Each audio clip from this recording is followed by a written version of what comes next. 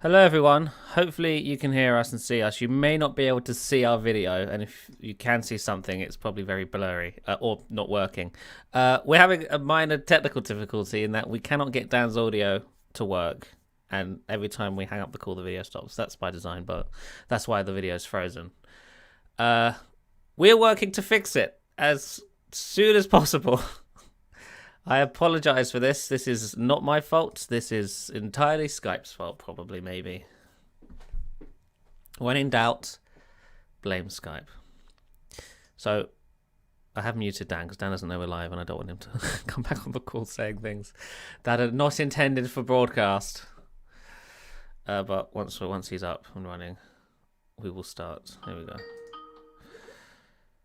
Hello. Yeah, I can hear you. Yes, I can hear you finally. All right, well, we are live, so hold your tongue. All right, here we are. All right, Dan's back, everybody. We can hear him now.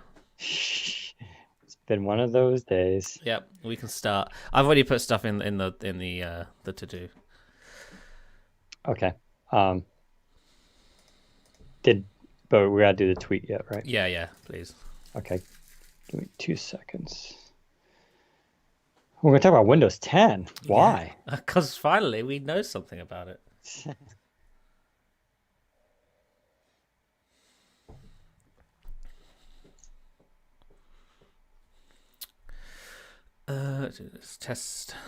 Testing 1 2 3. And you got the link for me? Yeah.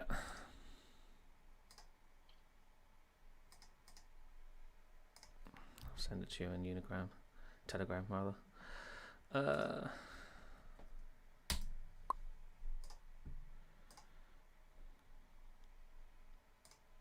People tell us to use Microsoft Teams.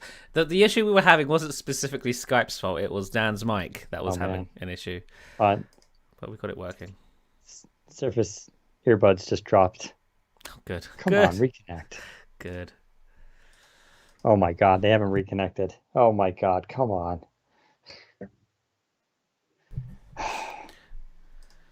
One more test on the actual recorder. Okay, that's fine. Yeah, we are late today, primarily because Dan had a prior engagement, but then also because of the technical difficulty we ran into there. Let me restart my Bluetooth. It won't come back on. Wow, that's a lot of lag. Why am I lagging so much? I should probably pull up the Windows blog.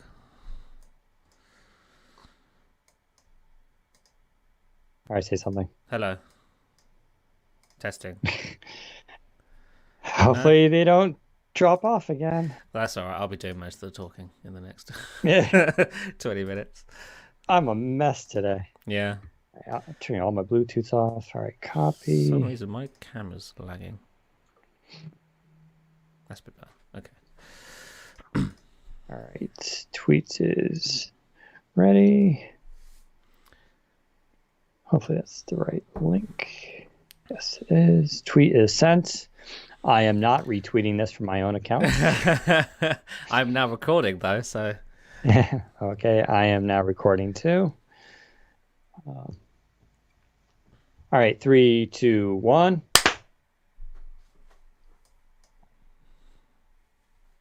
Welcome to the Windows Central Podcast, episode 202 for October 30th, 2020.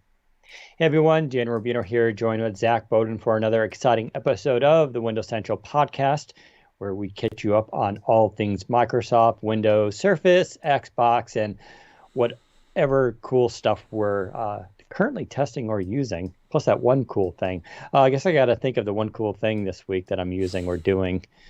Well, I get the whole podcast to think of that. It's been a bit of a chaotic day, but let's... This is the topics for the show this week. We're going to do the future of Windows 10. We've hinted about this before. Now Zach is going to spill the beans, as that saying likes to go, about what exactly is going to happen in 2021 with Windows. We're talking Windows 10 proper, not Windows 10X. And it's good news. I mean, we have to wait and see what happens. But the plans is something I definitely think we're interested in. We're also talking about Xbox earnings. Sorry, not Xbox unboxings. I'm getting my words mixed up here. So yes, the new Xbox has been quite a popular device, the Series X and Series S. So we've had some hands-on with those. A little bit on Microsoft earnings, a little bit boring, but still, Microsoft makes money, so that's important. And then finally, we go over my Surface Pro X review, which finally went live today. But yeah, and of course, I've now lost my Bluetooth again on my computer, which means I'm doing this and I can't hear what Zach is saying. Well, so Zach, you can take over the podcast for a minute or two. Sure. So I guess we might as well dive into the first topic because I think that's why everybody's listening this week. Windows 10. Before we get into the specific sort of future Windows 10 stuff, let's talk about the Insider program because that's kind of what we have to do every week. Microsoft released a new build this week, build 20246. That is now rolling out in the dev channel ring. And this build takes away features rather than adds them. So this is the first build from the FE_release branch. So we're once again at that point in time in the development cycle of Windows Desktop where Microsoft is moving insiders around a number of two branches. They're moving them from RS pre-release to the release channel branch. But there's a caveat here because Desktop isn't technically getting this release. The FE_release branch is a dedicated branch, more so for 10X than for Desktop this year. Desktop is going to be getting a minor 21H1 release in the spring next year, service style update, which is basically like 20H2 and 19H2. But insiders are moving to the dedicated release channel for this anyway, because I guess that's just what Microsoft needs to do to test systems internally and prepare the actual preview branch for the next wave of features and whatnot.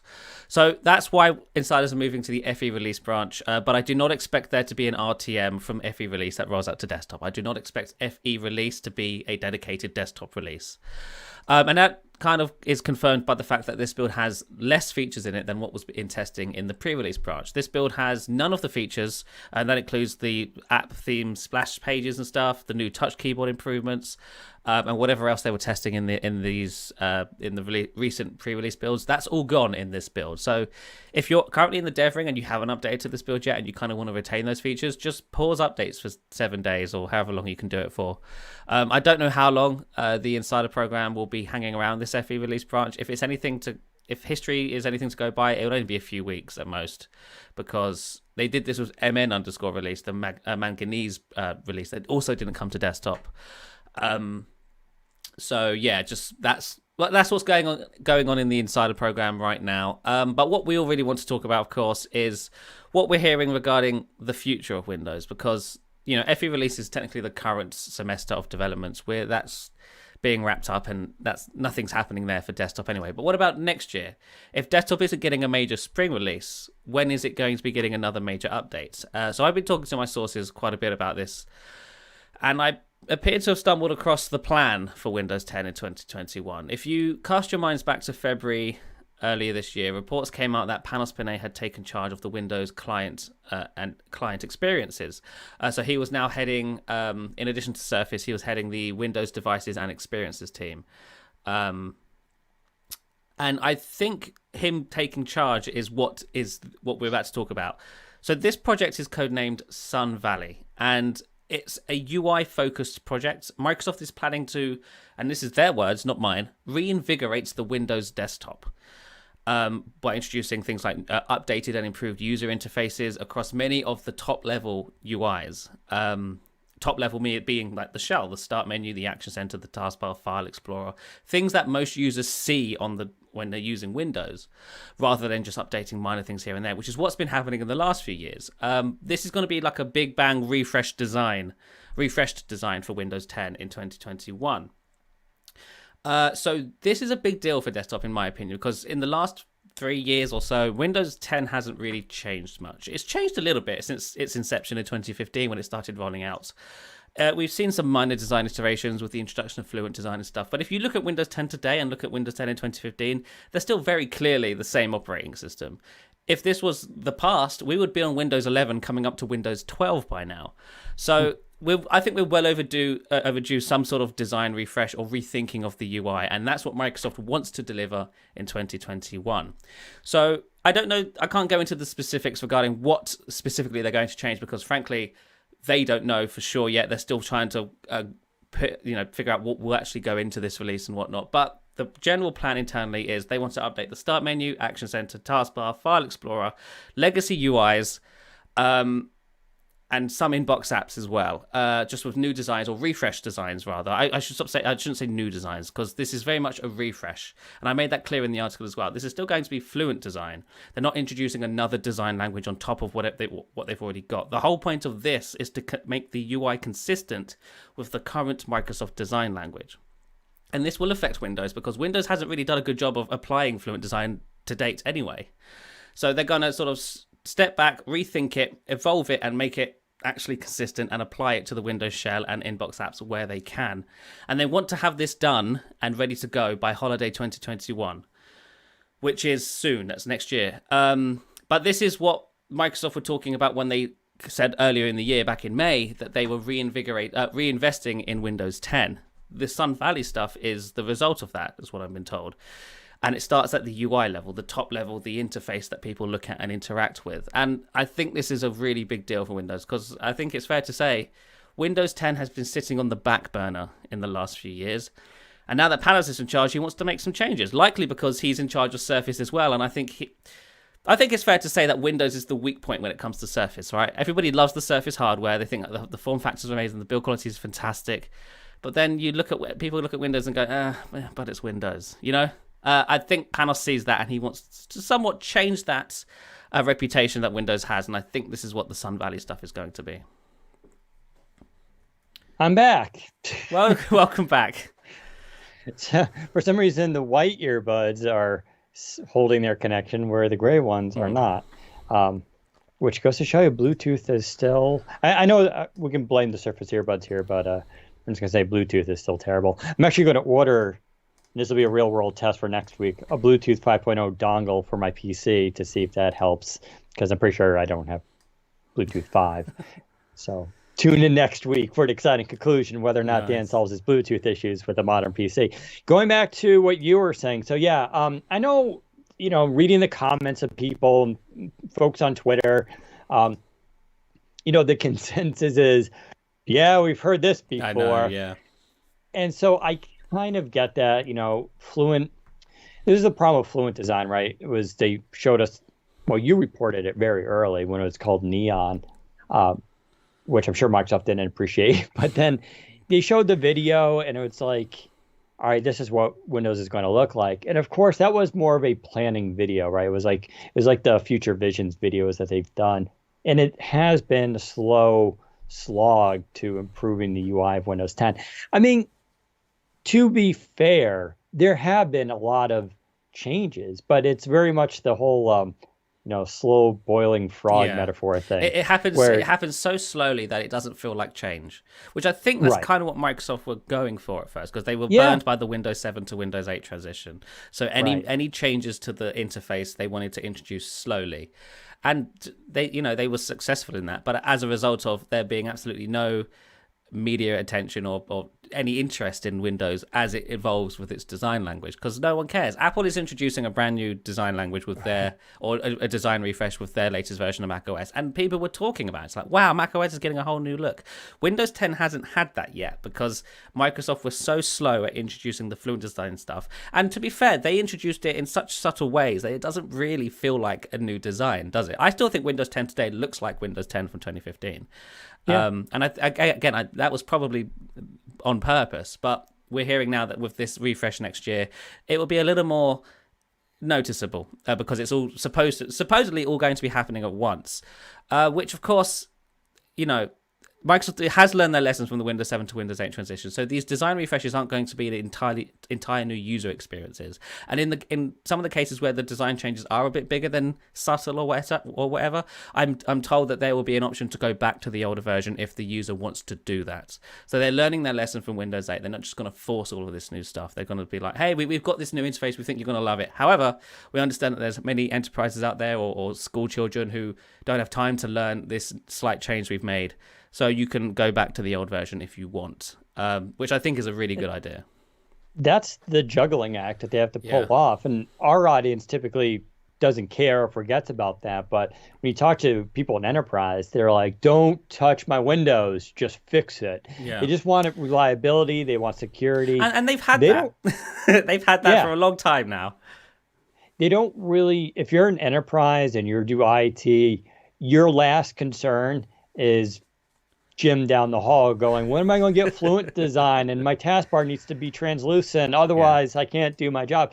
Like they just do not care about that. It's a tool. You're supposed to use the tool.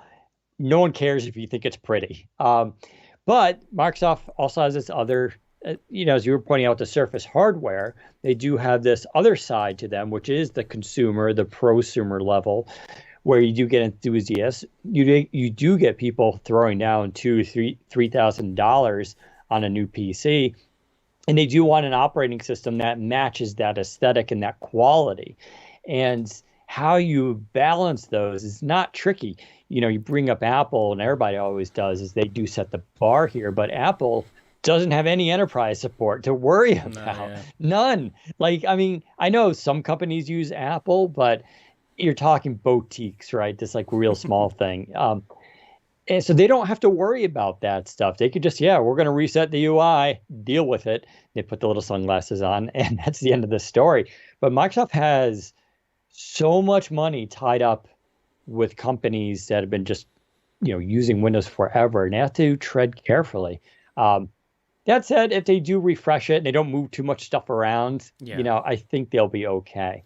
But this is good news. And I think this is, we said before, this is Panos Panay, we think, exerting a little influence and changing the direction, or at least what the refocus is. Because he does hear everybody talk about this. And it makes sense. He wants an operating system that matches the quality of the hardware that they're building. And so hopefully those two visions align. Yeah. It's going to be very exciting to see these first insider builds. You don't have any idea though when those are going to drop, right? I have so it's hard to tell because obviously things are moving around internally all the time. I have heard that they are going to start self-hosting this internally in the December timeframe, which means once it's being self-hosted in the Canary Rings internally, I think it's only a few weeks away from insiders at that point. So early 2021 in the dev channel perhaps. And I don't know if they're going to plan, if they're not. So I don't know how they're going to announce that they're doing this. Are they going to just slowly introduce the new changes, trickle them out in the dev channel, and then once it's all done, be like, oh, by the way, this is the new release, here's everything in it? Or are they going to be like, in January, right, this year we're doing this. In the next few months, you're going to start seeing these changes roll out. I would hope they do that, because that generates hype, in my opinion, right? Like if they made a big blog post, right, here's what's coming in 2021. This isn't going to be in the Insider Dev channel and for a couple more months, but we're working on it. Here's what it's going to look like. Here's what we think you will be able to test, and we will be rolling that out in the fall. The reason I don't think Microsoft will do that is because Microsoft is very bad at sticking to its own internal schedules, and is the reason why they don't talk about the Windows roadmap these days, because they cannot commit themselves to releasing the plans that they intend to build. And they refer to sets as a perfect example of that. They announced sets way in advance, way before they were ready to ship that to the public, and we all know what happened. I had to a that. briefing in New York just on sets. We all just know to what cover. happened to that, and now they don't talk about features until they know that they're done and ready to go anymore. And that's, in my opinion, a shame, but that's just the way it is. And that's true. Everything you just said is absolutely accurate. I do wonder that is something Panos would like to change. Yeah. I could see him, because what's good about Panos is everybody enjoys him because when he speaks, he's very passionate, but he connects with people. So he's a really good spokesperson, even for not just the hardware, but the Windows side of it as well. I would personally like to see him at the beginning of every year give like a State of the Union kind of, in a blog post, it doesn't have to be a video, right? But of like a blog post of what their plans and goals are for 2021. With the caveat that there may be delays and things may not all come together, but this is the plans we have for 2021. These are the UI changes we'd like to do. We're on this roadmap, and then be able to mostly meet those expectations. I think that's realistic. And if not this year, hopefully next year. But I could see and would hope they would want to do that, because that would be a fun way to sort of, talk about Windows. Yeah. But then you also do hit this wall at some point where, devices are expected to get kind of yearly updates in terms of operating systems, whether it's Android, iOS, or Windows. At what point do you stop adding stuff, Yeah. or refining things? Like, at the end of the day, Windows is a desktop operating system. 50 to 60% of its usage is basically running a browser along with some very specific apps that people need. And you got to wonder how much other stuff they can kind of put in there. We've talked about in the past, and we think it's a missed opportunity with the whole, the People app and the People Hub, and its way to use that as a way to connect with people directly on Windows.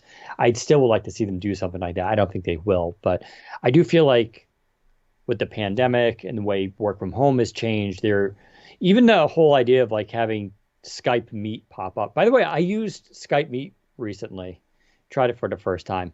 It's really good. Yeah, it was a really good it experience. works, right? Which was a surprise to me. It's like, wow, that was really straightforward. I was expecting it to just fail, but it works. And for those who don't know, Skype Meet is Microsoft's answer to Zoom, Yeah. although it came out technically late last year.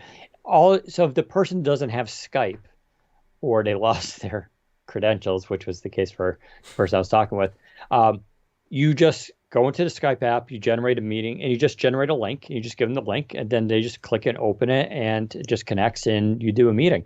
You can do everything in Skype as you would on it before, and it was really delightful. It was a really good experience.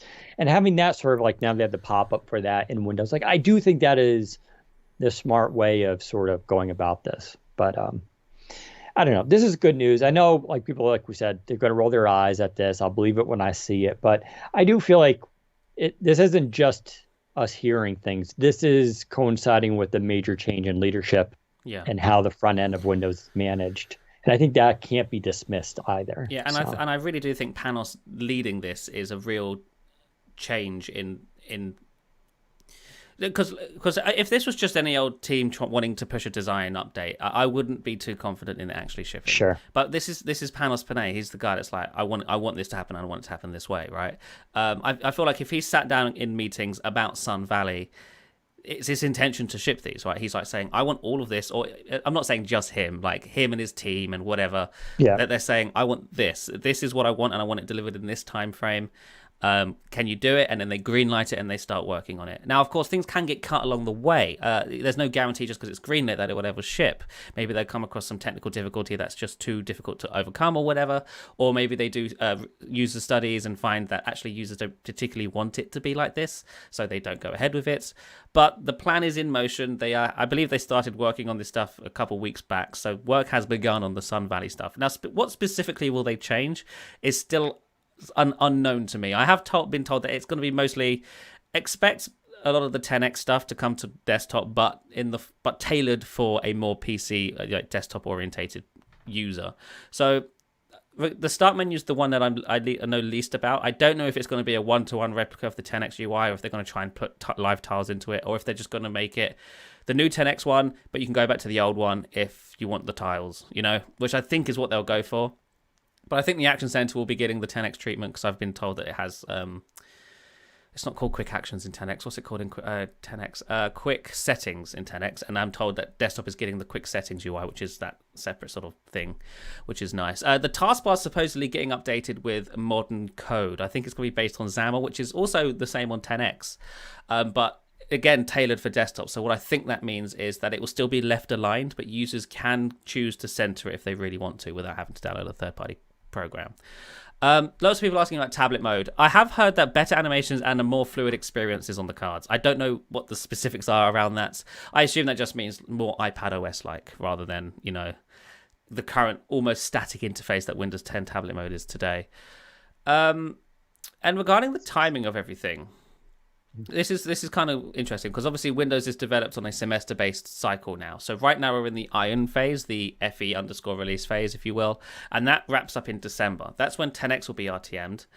And while I did just say that Microsoft has started this Sun Valley work a couple of weeks ago, the actual semester where this is intended to be done is the Cobalt semester, which comes after Iron and starts in January 2021 and ends in June 2021. So the Sun Valley UI stuff is part of the Cobalt release, which will RTM in June and start shipping to the public in the holiday 2021 timeframe, likely as the October 2021 update or whatever. But what's interesting about this is, and I think this is a first for Windows 10, because I don't think they've done this before.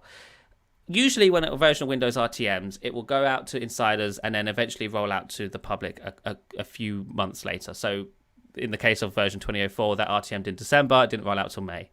But when it starts rolling out till May, you usually don't see new hardware shipped with that update for another few months, right? So if I was to buy a new PC in May earlier this year, that PC would have likely launched or come with version 19H2 or 19H1, even though the 2004 update's been done for 4 or 5 months at that point.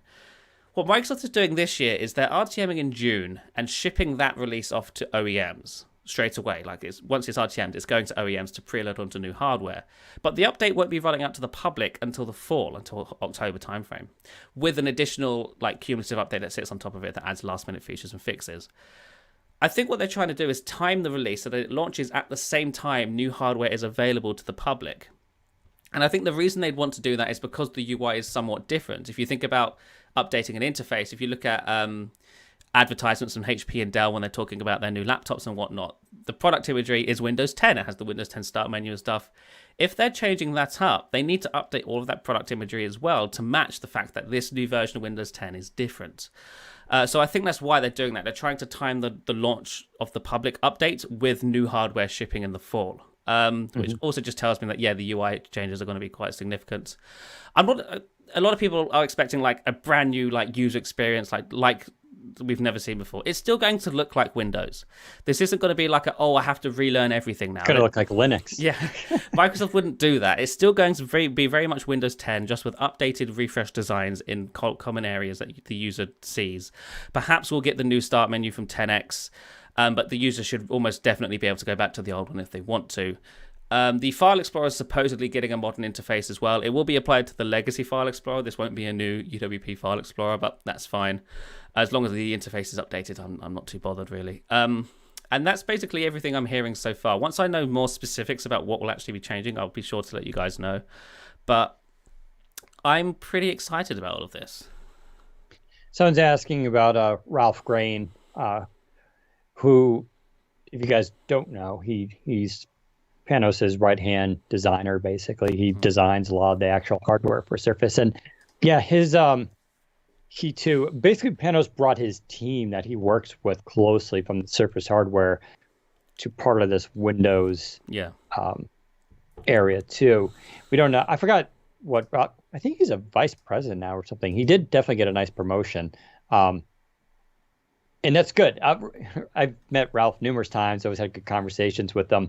I really highly respect his design influence, which is he's from Germany, so he's German. And I love German design. In fact, I was very excited. I did get a new watch today, and it's German because everybody goes Swiss makes the best watches, but I think Germans make the best watches.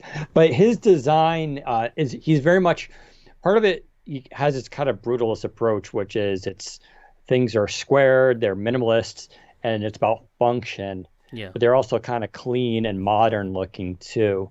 And I really just like the way they design stuff. But that's hardware. So him going over to software, I'm super fascinated by, because I don't know if that's good or bad. I think it's good. Because what he thinks is cool and great looking, I generally agree with. So I'm very excited to see how and if that influences anything about Windows design, because to me, that could be really interesting. I've been arguing for years, ever since Microsoft moved away from Metro. What made Metro cool back in Windows Phone 7, coming out of the Zune era, was that there was a philosophy. They had this it was this manifesto. Yeah, it was a manifesto written about this, and it was so radically different. At the same time, it was using everything that was familiar. It was based off of like railroad stations and signage and the way, and so it had a familiarity with it. But that radical shift was what made Windows Phone 7 and Zune too, and of course Windows Media Center, where it really came out of. that much more exciting. And I really like to see them kind of get a theory, a philosophy behind design. Fluent is kind of that. And so I don't want to dismiss Fluent as not doing it. It just doesn't feel as completely coherent yet. Um, but I like to see Fluent merged with a little bit more of classic kind of German Bauhaus type design Yeah. that's clean. And well, so if you don't know what Bauhaus, I believe I'm pronouncing it right, go look it up. It's you can see some famous watches and stuff and clocks and signage that's based off of it. It's very thin lines, very clean looking. And that's what an operating system should be, right?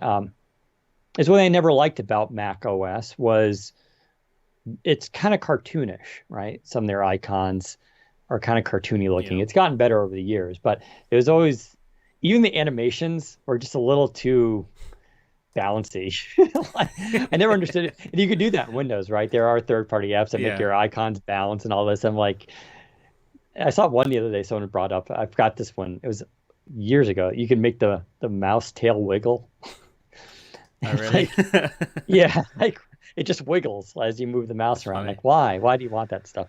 But I don't know. It's gonna be interesting to see where all this stuff goes. So Yeah. I'm excited about it too. Yeah, I think the best way to describe this as modern will be as modernizing the familiar Windows UX. Like I've seen a lot of comments, people are worried that oh my god, this is going to be another big change. People aren't going to like it. It's like I don't think that's what Microsoft are going. I think they've learned their lesson. I would be shocked if Sun Valley ends up being a completely different UI to what Windows 10 is. I'd be shocked if it's more like Windows 10X. I still think the taskbar will be left aligned. I think the start button will be in the left-hand corner because that's where people expect it to be, with the option to maybe center it, right? I think we're going to see a lot of options with this Sun Valley stuff. I don't think there'll be many forced things.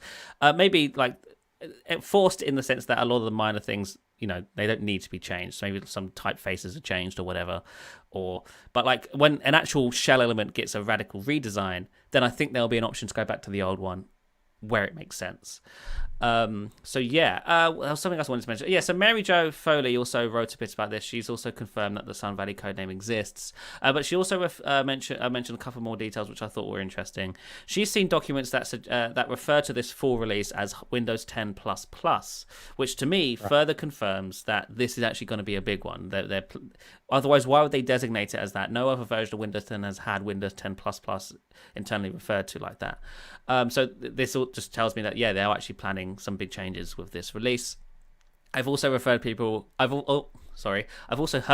refer to it as I-21. I don't know what the I stands for, but 21 assumedly means 2021, which is interesting as well. But yes, so that's basically it. The internal phrasing for this is reinvigorating the Windows user experience, building building experiences that delight our users and reinvigorate the Windows experience. So yeah, they really are invested in modernizing the Windows UX. And in my opinion, this is what Windows needs. Windows 10 has sort of become very stagnant in these last few years. It's not changed much. Nobody really talks about it anymore. Panos was quoted earlier back at night in September saying he wants people to go from needing Windows to loving Windows, which is, funnily enough, what Satya Nadella said when he first took over as CEO at Microsoft. He very quickly stopped saying that for some reason. But apparently, Panos at least is starting to say that again.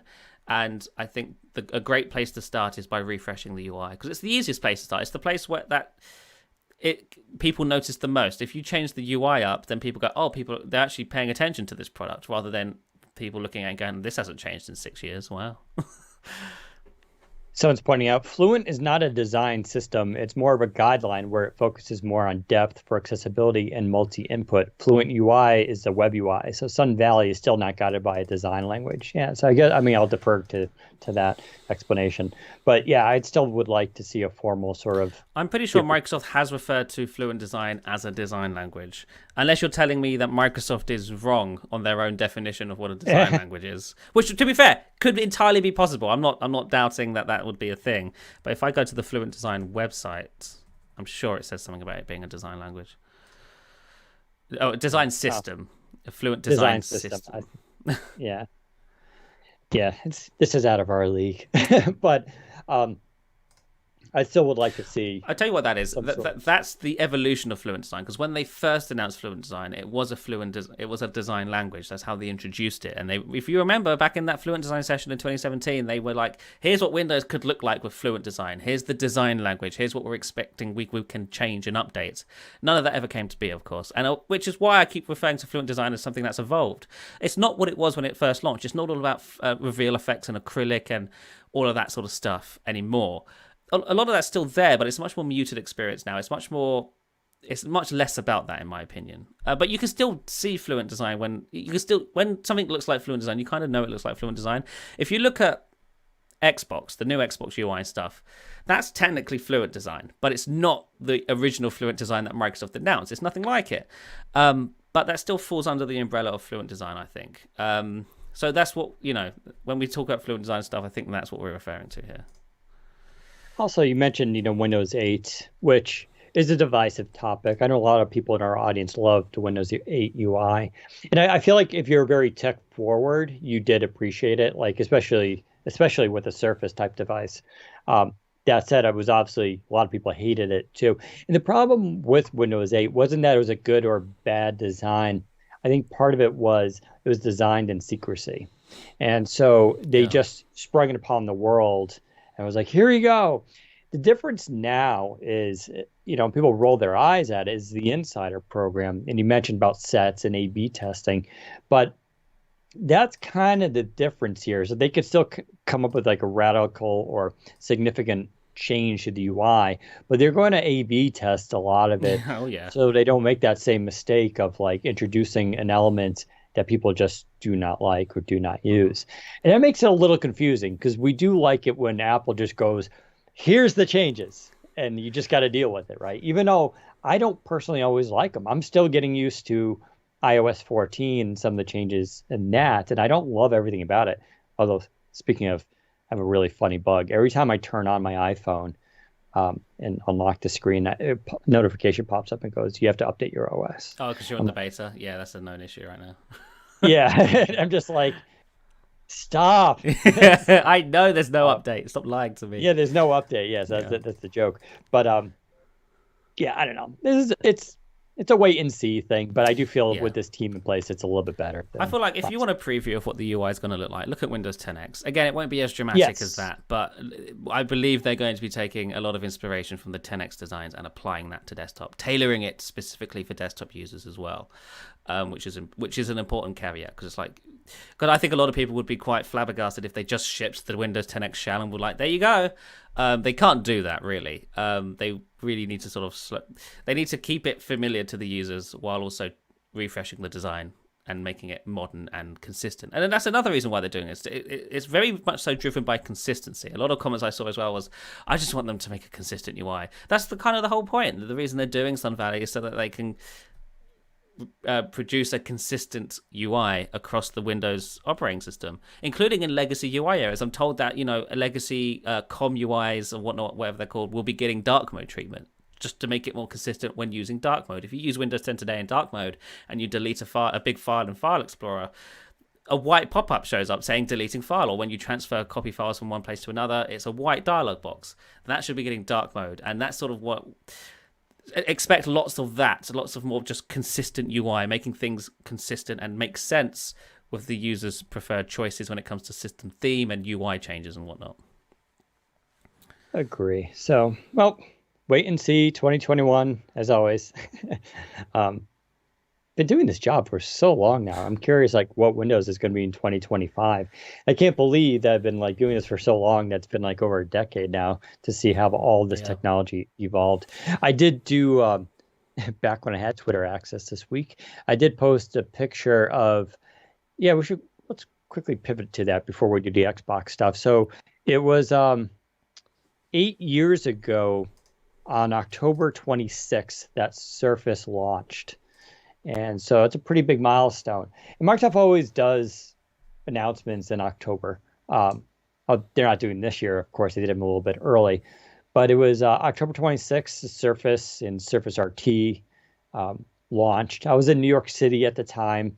I posted some photos of it because Panos Panay was actually there. back then he wasn't the rock star he was now, but people kind of knew him because he did the introductions. But he was there and he was autographing boxes and stuff. And it was back when like people lined up. It was at midnight. Oh, do you remember lining up? Lines. That was Yeah. fun times. There was huge crowds. It was a very exciting time. But yeah, 8 years. So I posted a picture of what Surface looked like 8 years ago next to a Surface Pro X.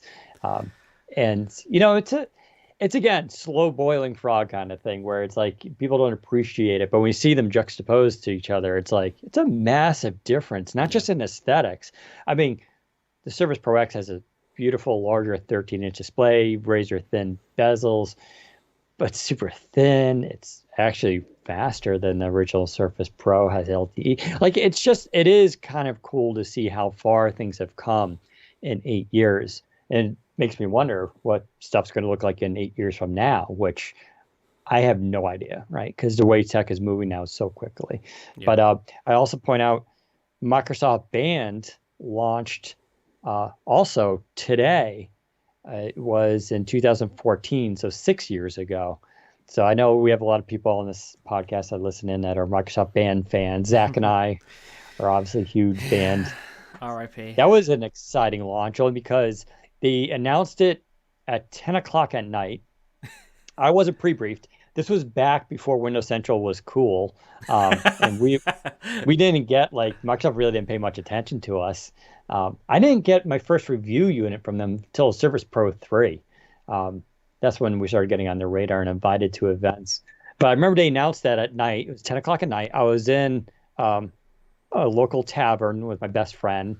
We're just getting some food and drinking beers, and I get like this message and like, what now? And so I had to actually go buy one, but it was exciting times. I still would like to see them do a wearable again. Even looking at the Band today, it's completely unique. Yeah. It's just like no one had that UI, and it was such a cool. I still get tempted. I actually have my Band 2 within reaching distance. Yeah, well, here. you can't use it no more because the software's dead. I know. You can't even set it up, I don't think, which is a shame. Yeah. Why don't they kill that service? They should have just left it so that they could come back to this if they ever wanted to in the future. I'm surely the Surface team has looked at the Band and gone, can we do something with that? I'm sure we probably can do something with it. Was such, like, I love the UI. The UI was just so functional. But the problem with that UI is that it's very LiveTile sort of inspired, but LiveTiles are sort of going away. So what would they do now? Yeah, but, I feel like people, on the Band, it made sense in terms of just the UI and the interaction model. It was just, I don't think people really got focused on the LiveTile bit too much. I mean, we've gone over this before, but the quality control issues with the hardware was a big problem. The cost of that OLED display that they got from Samsung was an issue to the bottom line. There was no real app development for this, which I don't necessarily consider a hugely bad thing. Fitbit's gone away with this for a long time. Fitbit has apps and they're not very good. And I don't buy or use a Fitbit for its apps outside of the ones that it comes with. The only app I ever cared about, it was like Spotify. So I don't know. I feel like Panos, Surface team, if you guys are listening, please do another cool wearable. I need something. Give me something. And don't replace my watch. It's fine. Just give me another charge type device, but do your own magic. So, but we'll see. October, Zach, 2021. What are your predictions? I don't think they'll ever do a wearable again, which really makes me sad, but I don't think they will. Yeah. But will we see the Surface Neo? That's the question that will be on our minds for the next year or so.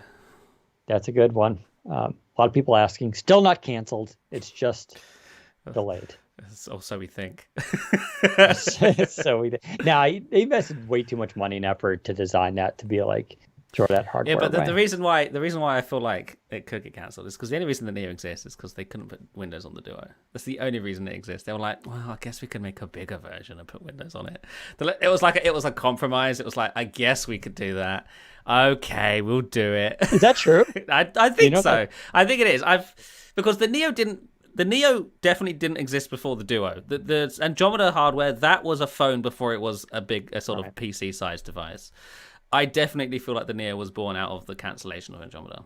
I really do. I think it was a little bit, but if you look at the industry, there was a clear concerted effort Intel Yeah, no, you're right as co-design. well. Yeah. This idea there's definitely a push for dual screen and foldable PCs. Of course, Lenovo's ThinkPad X1 Fold should be shipping real soon. I haven't heard from them about getting a review unit, though we should.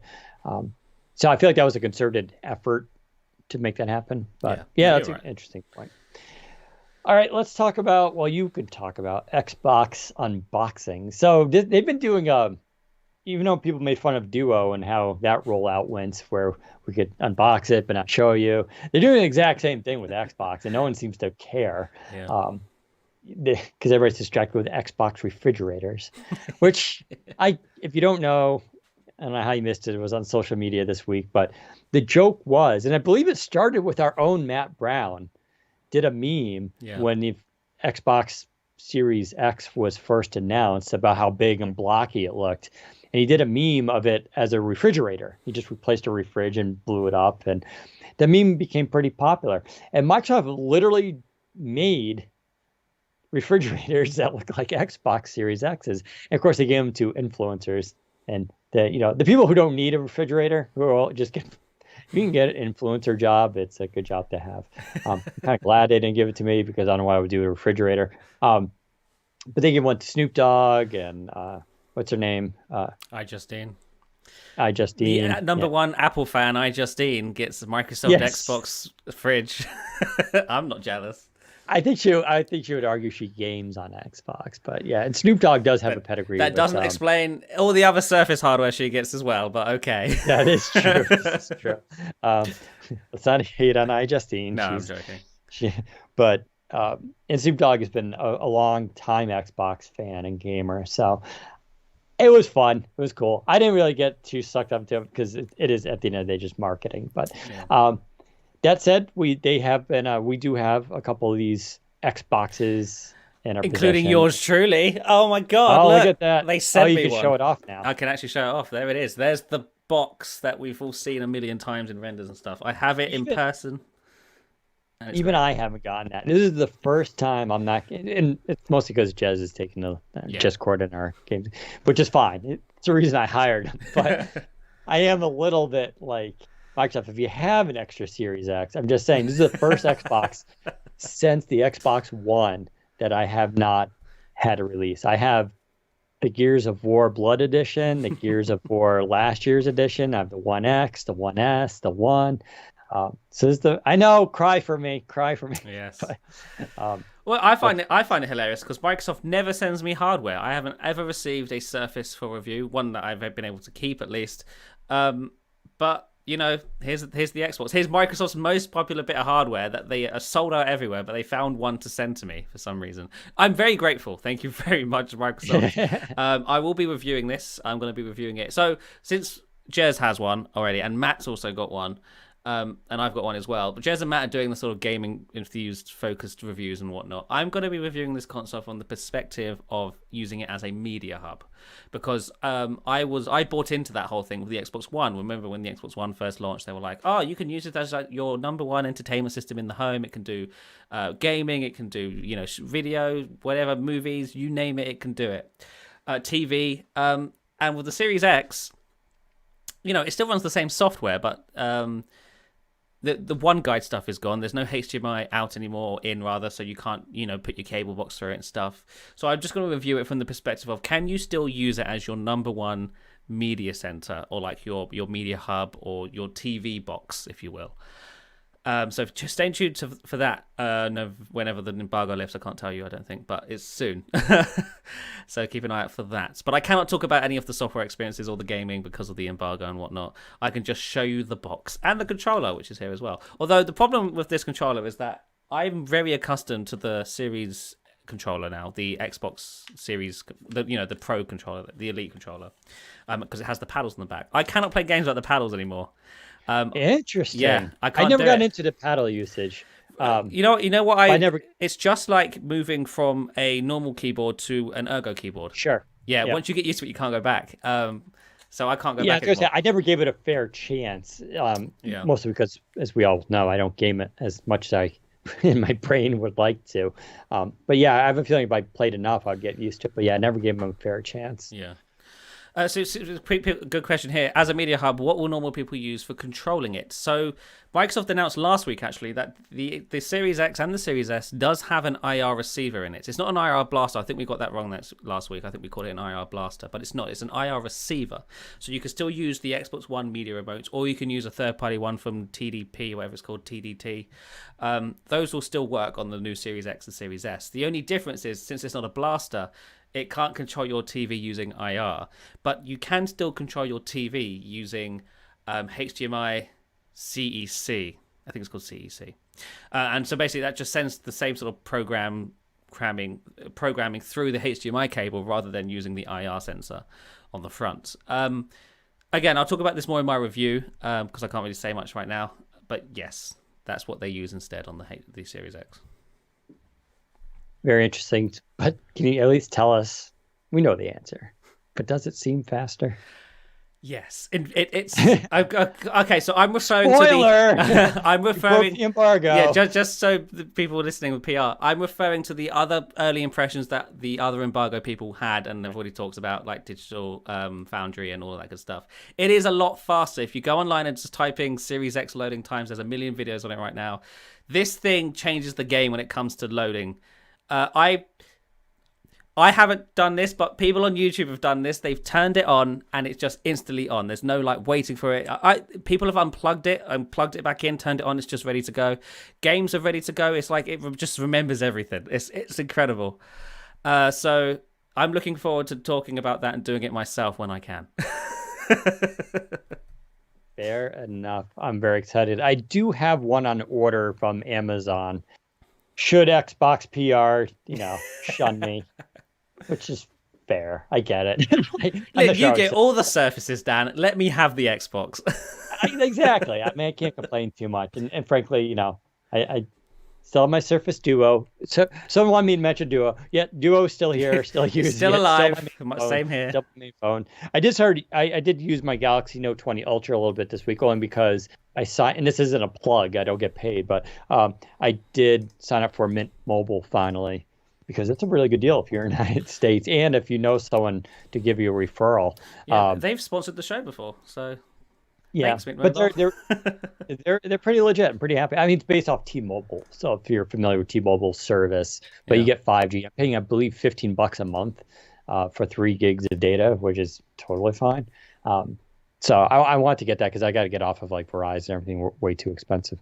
But at least it's funny going to the Note 20 Ultra, which I've argued is the phone. And this is my favorite phone of the year in terms of what regular people should buy.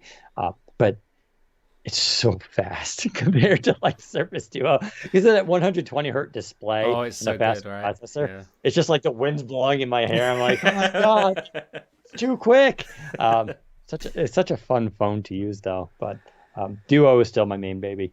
So no news around Duo. Oh, there were 2 apps I covered this week that did launch on it. These are only interesting if you use a Duo. Just want to give a quick shout out though. It's made by an independent developer who's from Japan, which is interesting. There are 2 apps. One of them, and I think Zach has talked about this before. So of course you could do a screenshot in Surface Duo, but when you do it, it just takes a screenshot of both screens at the same time. Regardless, even if you have like one folded behind and it's like off, it still does both. And that's because Microsoft doesn't hack Android. They work with Google, and so far in Android 10, the API for screenshotting is just full screen. It just does whatever's on screen. I imagine that will change with Android 11 because this is a change that Google will want too for Android. And while it sucks that we don't get the stuff now, it also means that as we're expecting, hopefully next week, or if not very much the week after, we're going to get another update on Duo. And because of those quick updates, they can do that because the operating system is not super customized, unlike my friends at Samsung who heavily customize. And this device is about 6 weeks behind on Android security updates because of that. So what a developer did was he created a helper app. So it kind of intercepts. What you do is you do the screenshot and then you share, but you share to this app, which I should probably get the name of this app since I keep talking about it. Actually, while I'm talking, Zach, if you can bring up that article. Oh, sure. Yeah. So what it does is you share to this app, and then this app then gives you an ability to pick which side it auto crops it, and then you can continue to share that to Twitter, Facebook, Mail, whatever you want. It's not the ideal solution, but if you're like me and I do a lot of screenshots on Duo, it's a nice little tool that kind of helps expedite things, and it's free. The app's called Screenshot Clipper. Clipper? Snipper, sorry. Screenshot Snipper. Yeah, okay, so I thought screenshot snipper. So that's free. And then there's also Duo Browser Helper. Duo Browser Helper, Duo Browser, one word helper. This is another really nuanced app, and this has to do with the behavior on Surface Duo. So if you have an app open, say Google Maps on the left side, and on the right side is nothing, you can see your home screen. If you open a link, it's going to open up the browser on the right panel as it should. And that's what makes Duo kind of cool. So you can do both at the same time. If, however, you have an app opened on that right screen, it opens the browser on the left. It assumes what you're doing on that screen you want up. Otherwise, you would have dismissed it. And I get that behavior. I actually think that is the correct behavior. That said, some people may not like that. So what this little browser helper does is it basically always forces links to open on the opposite display, regardless if anything is there already. And some people would just, there's been a couple instances where I've wanted that. Again, free app, kind of cool. Go check them out if you have a Duo. I think it's worth it. It's kind of neat to see developers starting to come up with these little customized solutions to enhance the experience with dual screens. But nothing else to really report. No other optimized apps, no words on Android 11. We're not expecting new features next week, just continued improvements. I will say Microsoft Launcher has probably had a lot of four updates. Yeah. Just at least stuff. 4 updates in the store. Yeah, no change logs, just improved performance. I think the memory's gotten better in terms of using less memory. So they're definitely making progress there. Edge has gotten better, and updates as well. So it's a process, as we said. So that's your Duo news. Not a whole lot to report. All right. Oh, we have to talk about Microsoft earnings. Time for the boring bit. I hope you did your research because I didn't. I did not. So I did take off 2 days this week because I just needed a breather, and I have vacation time that I haven't used. I literally have to, as Zach knows, I have to take days off to force myself out just to take care of life things, like renew my registration for my car, renew my license, which expired like, I don't know, 4 months ago. I mean, the pandemic, it doesn't matter because of the pandemic, everything's on hold, but how to do that. I went to the doctor for the first time today in 20 years, which was, it's on my to-do list, right? I had to get a physical finally, so 20 years and see if anything is broken. But yeah, so I missed the earnings calls. Now it's going with that. But let's see. Revenue was $37.2 billion and increased by 12%. Operating income was $15.9 billion, which increased by 25%. Net income was $13.9 billion, an increase of 30%. I don't want to talk about diluted earnings per share, which is over my head. But Surface revenue was also good. I believe at $1.5 billion or $1.3 billion. I don't know, DTL, Danforth Lancaster, mentioned Surface Laptop Go and Surface Duo. I'm not sure how much of that counted, because that would have been the real tail end of the quarter if that's indeed the case. It might not have been. So I don't know if that really impacted sales.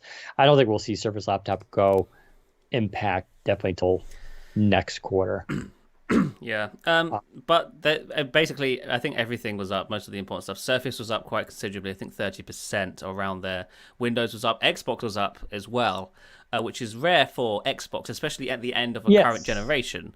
And that's just Microsoft's subscription stuff and Game Pass. That's it shining through. And I guess maybe, can they count pre-orders yet? I don't think they can count pre-orders for Series X and S. Not for this quarter. So. Yeah, but that's almost entirely driven by subscription then and software sales and whatnot through Xbox, because no one's buying current gen consoles. You'd be crazy to if let's be real. So yeah, that's what that is, which is quite impressive. Again, Surface is up, which is also good to see. Oh, and Microsoft is once again, I think, thanking the ongoing pandemic for people working from home. They need more PCs, blah blah blah.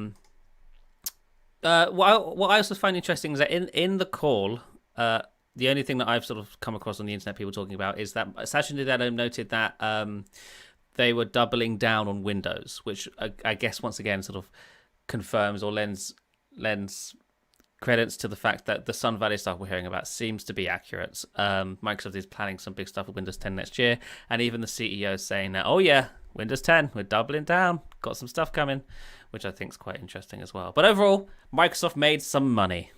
And I think that's important because actually Windows revenue was down, at least for consumer. Pro was up, though, wasn't it?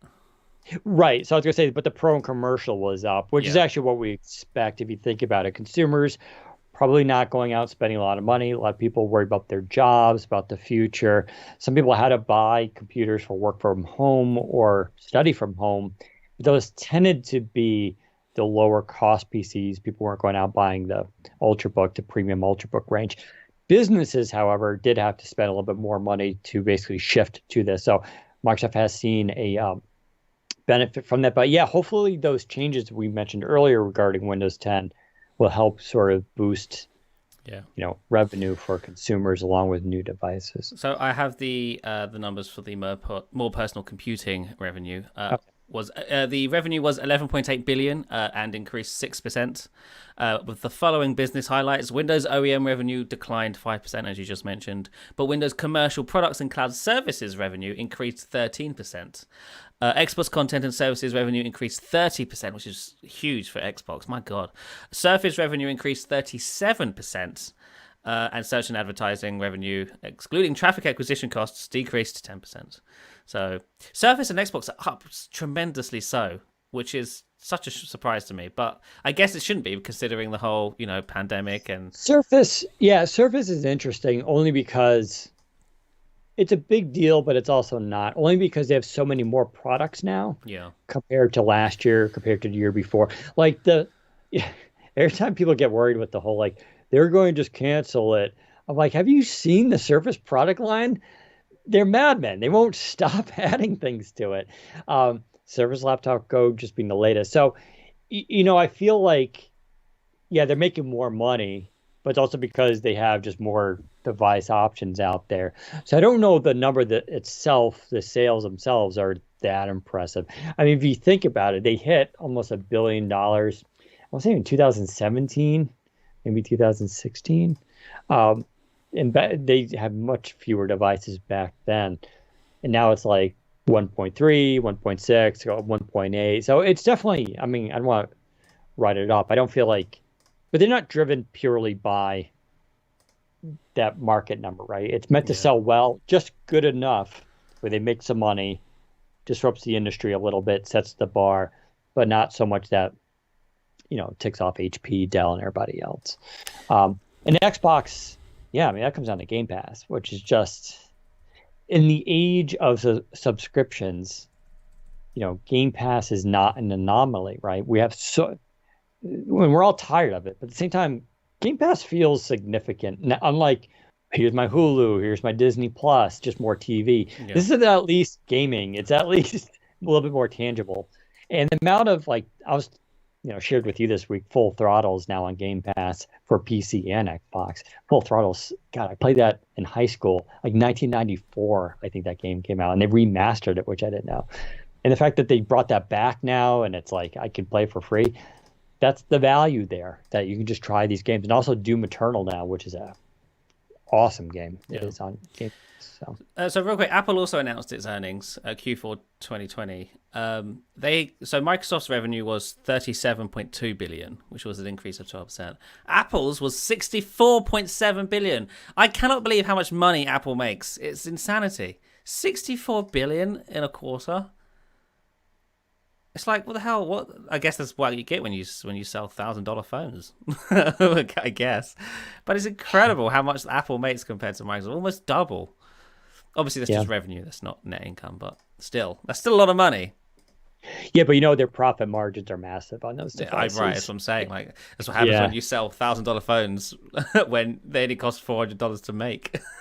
Yeah.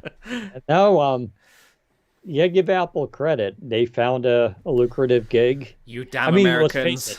It's you I mean, Americans buying all the iPhones. I know it is. it's really like if you had to define Apple right now, they're they're the iPhone company. Oh yeah. That's Oh yeah. that's what they make. They make iPhones and they occasionally make laptops and watches and headphones and that kind of stuff. But they're primarily a phone company. That's Mm. all their revenues in. So I'm going to become an Apple sheep. I'm just going to buy everything Apple and say bye bye to the Microsoft world and just say well, just I'm be waiting Apple. for I wouldn't buy the Apple TV box because I had no use for it. But when I did get my iPhone 11 last year, I did get a year of Apple TV Plus for free. I've never used it because I don't have any way to watch it. Yeah, But now we same. know there's an Xbox app due, I assume, in November coming, and that's gonna be super exciting. Oh, So, in addition to well, that, have you got an LG OLED? You've got an LG OLED, don't you? I yes, I believe do. there's an Apple TV app for that as well now because I've seen it on mine. Oh, Yeah, oh, okay. I'll have to check that out. yeah. Maybe I'll give that then, because they did, to Apple's credit, extend that trial through February, which I thought was kind Oh, of did cool. they? It's like, oh, good. Yeah, So so no it'll one actually used give it. me a little more time. Yeah. But the only reason I'm excited, and I hate this, I don't really want to pay for Apple TV Plus like everybody else on this podcast. Um, that said, Jon Stewart has a show coming out next year, and I love Jon Stewart from The Daily Show, and it's gonna be current events kind of thing. So it's like, oh, you hear it, and you're just like, here we go. I'm probably gonna drop my Hulu actually, so I don't use Hulu as much. Oh well. Anyway, everybody's making money. Good for tech. Hopefully, if you're listening to this podcast, you're making money, or at least getting. If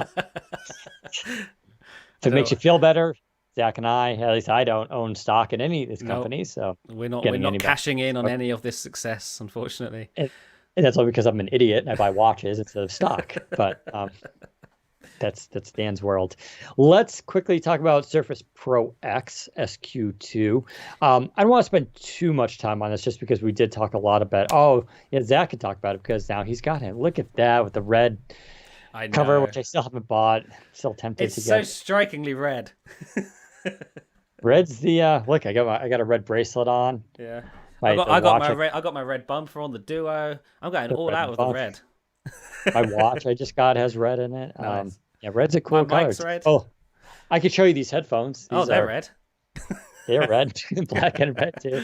These are the HyperX Cloud 2 wireless. I did a review of them. Really, really nice headphones. I really like HyperX. Um, so Surface Pro X SQ2. Um, it's a new processor. It's not. It's just a slightly faster processor. As I mentioned, instead of 3 gigahertz, it's now 3.15 gigahertz. Wow. Yes. So there's a good reason, to Microsoft's credit, why they're not calling this Surface Pro X2, because it's not. This is purely an attempt by Microsoft to keep the Pro X line fresh and in people's minds and give more options for color and choice. And that's not trivial. I think it's a big deal actually. Zach and I both love platinum. It looks way better in platinum, by the way. Hides fingerprints. It just looks great. New color keyboard options looks really nice too. Because last year it was just black on black. And it looked kind of cool. I didn't mind. Functionally, it was the same, but it just looks better now. If I had it given the choice, platinum and either the red or ice blue keyboard is the way to go. So then that brings you back to the SQ2, and it's slightly faster. I did do the benchmarks on it. On one test, it's like a 4% increase on that's the GPU and CPU. Another one just on the CPU test gave around a 12% increase over SQ1. So you're talking, this is very, very minor.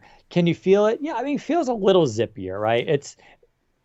Listen, on ARM devices, it's always going to be better, a little bit more speed, right?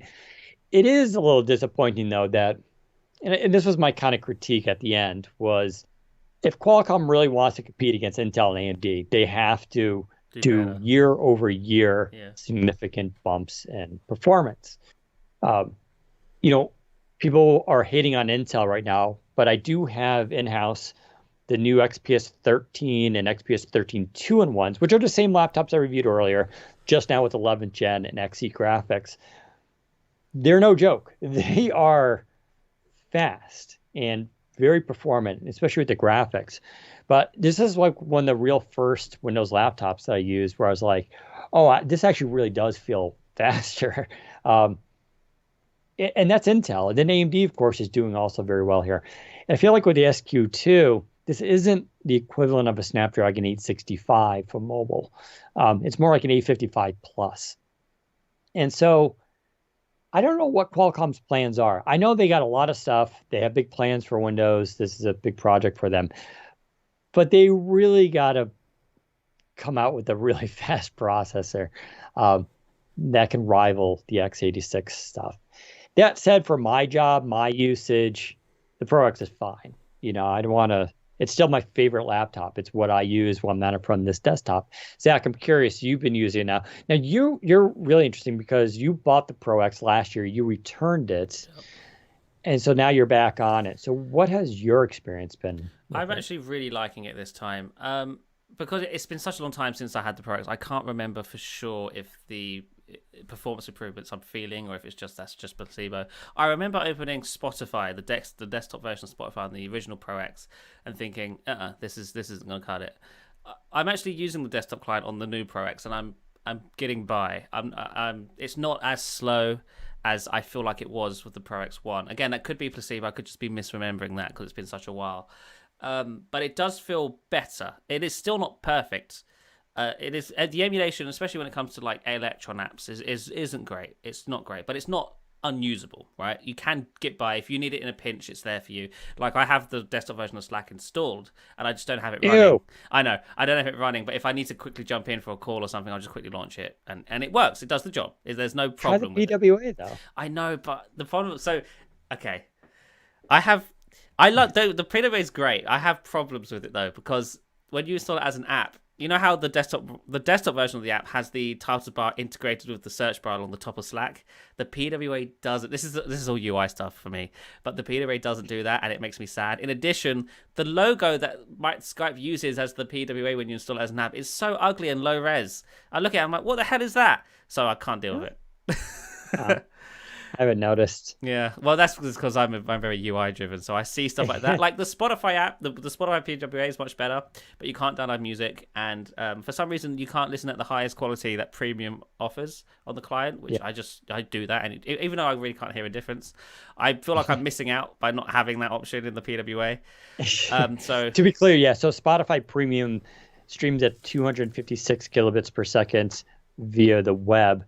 But if you use the app, you can do, I believe, 320. Yeah. Why that discrepancy exists, don't know. I have no idea. I heard a rumor. I did hear a rumor that Spotify were going to redesign their desktop client to be very much more like their PWA. So I don't know what that entails, but apparently that's something that they're working on. Overall, though, I think the color of the new Pro X is what really makes it for me. I love this platinum. It's like such a silvery, shiny platinum. Like as you mentioned, you weren't wrong. It's strikingly platinum, as you said, I think. Yes. And I love how it feels. I love how thin it is. Like this replaces the Surface laptop for me. I've never been a huge fan of the 2-in-1, especially one where it's like the keyboard's like floppy and the computer's behind the screen.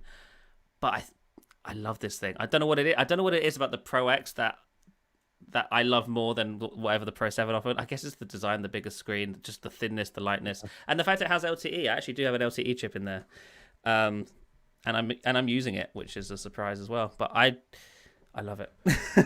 I know this is all stuff that was on the first gen, but because I'm actually using it properly now, it's all new to me. The whole thing with the pen where it's stored in the keyboard, so you don't ever lose it.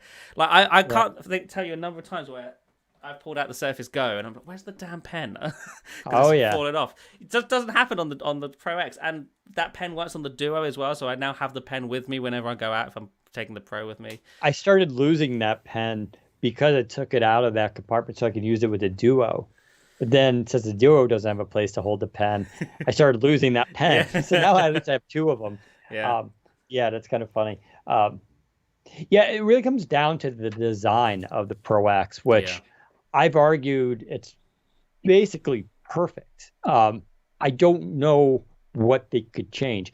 Yeah, I could, you know, I would prefer that the display was a little bit more anti-reflective. Yeah. Not a deal killer. It's not the most reflective display I've used. The Lenovo Flex 5G was worse.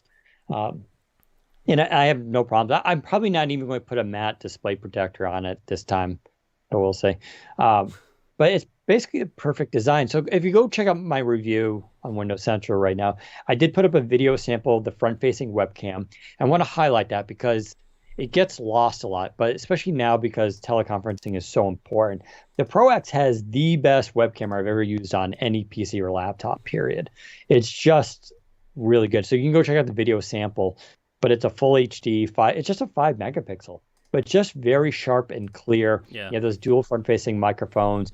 You do now have that AI, which you can see in the video. It looks like I'm talking to you, like I'm making eye contact with you, but I'm really looking down at my display. And not the camera, but it does a little auto adjust. That's a specific feature for the Pro X. Just makes it a little bit more Do you human. actually use it?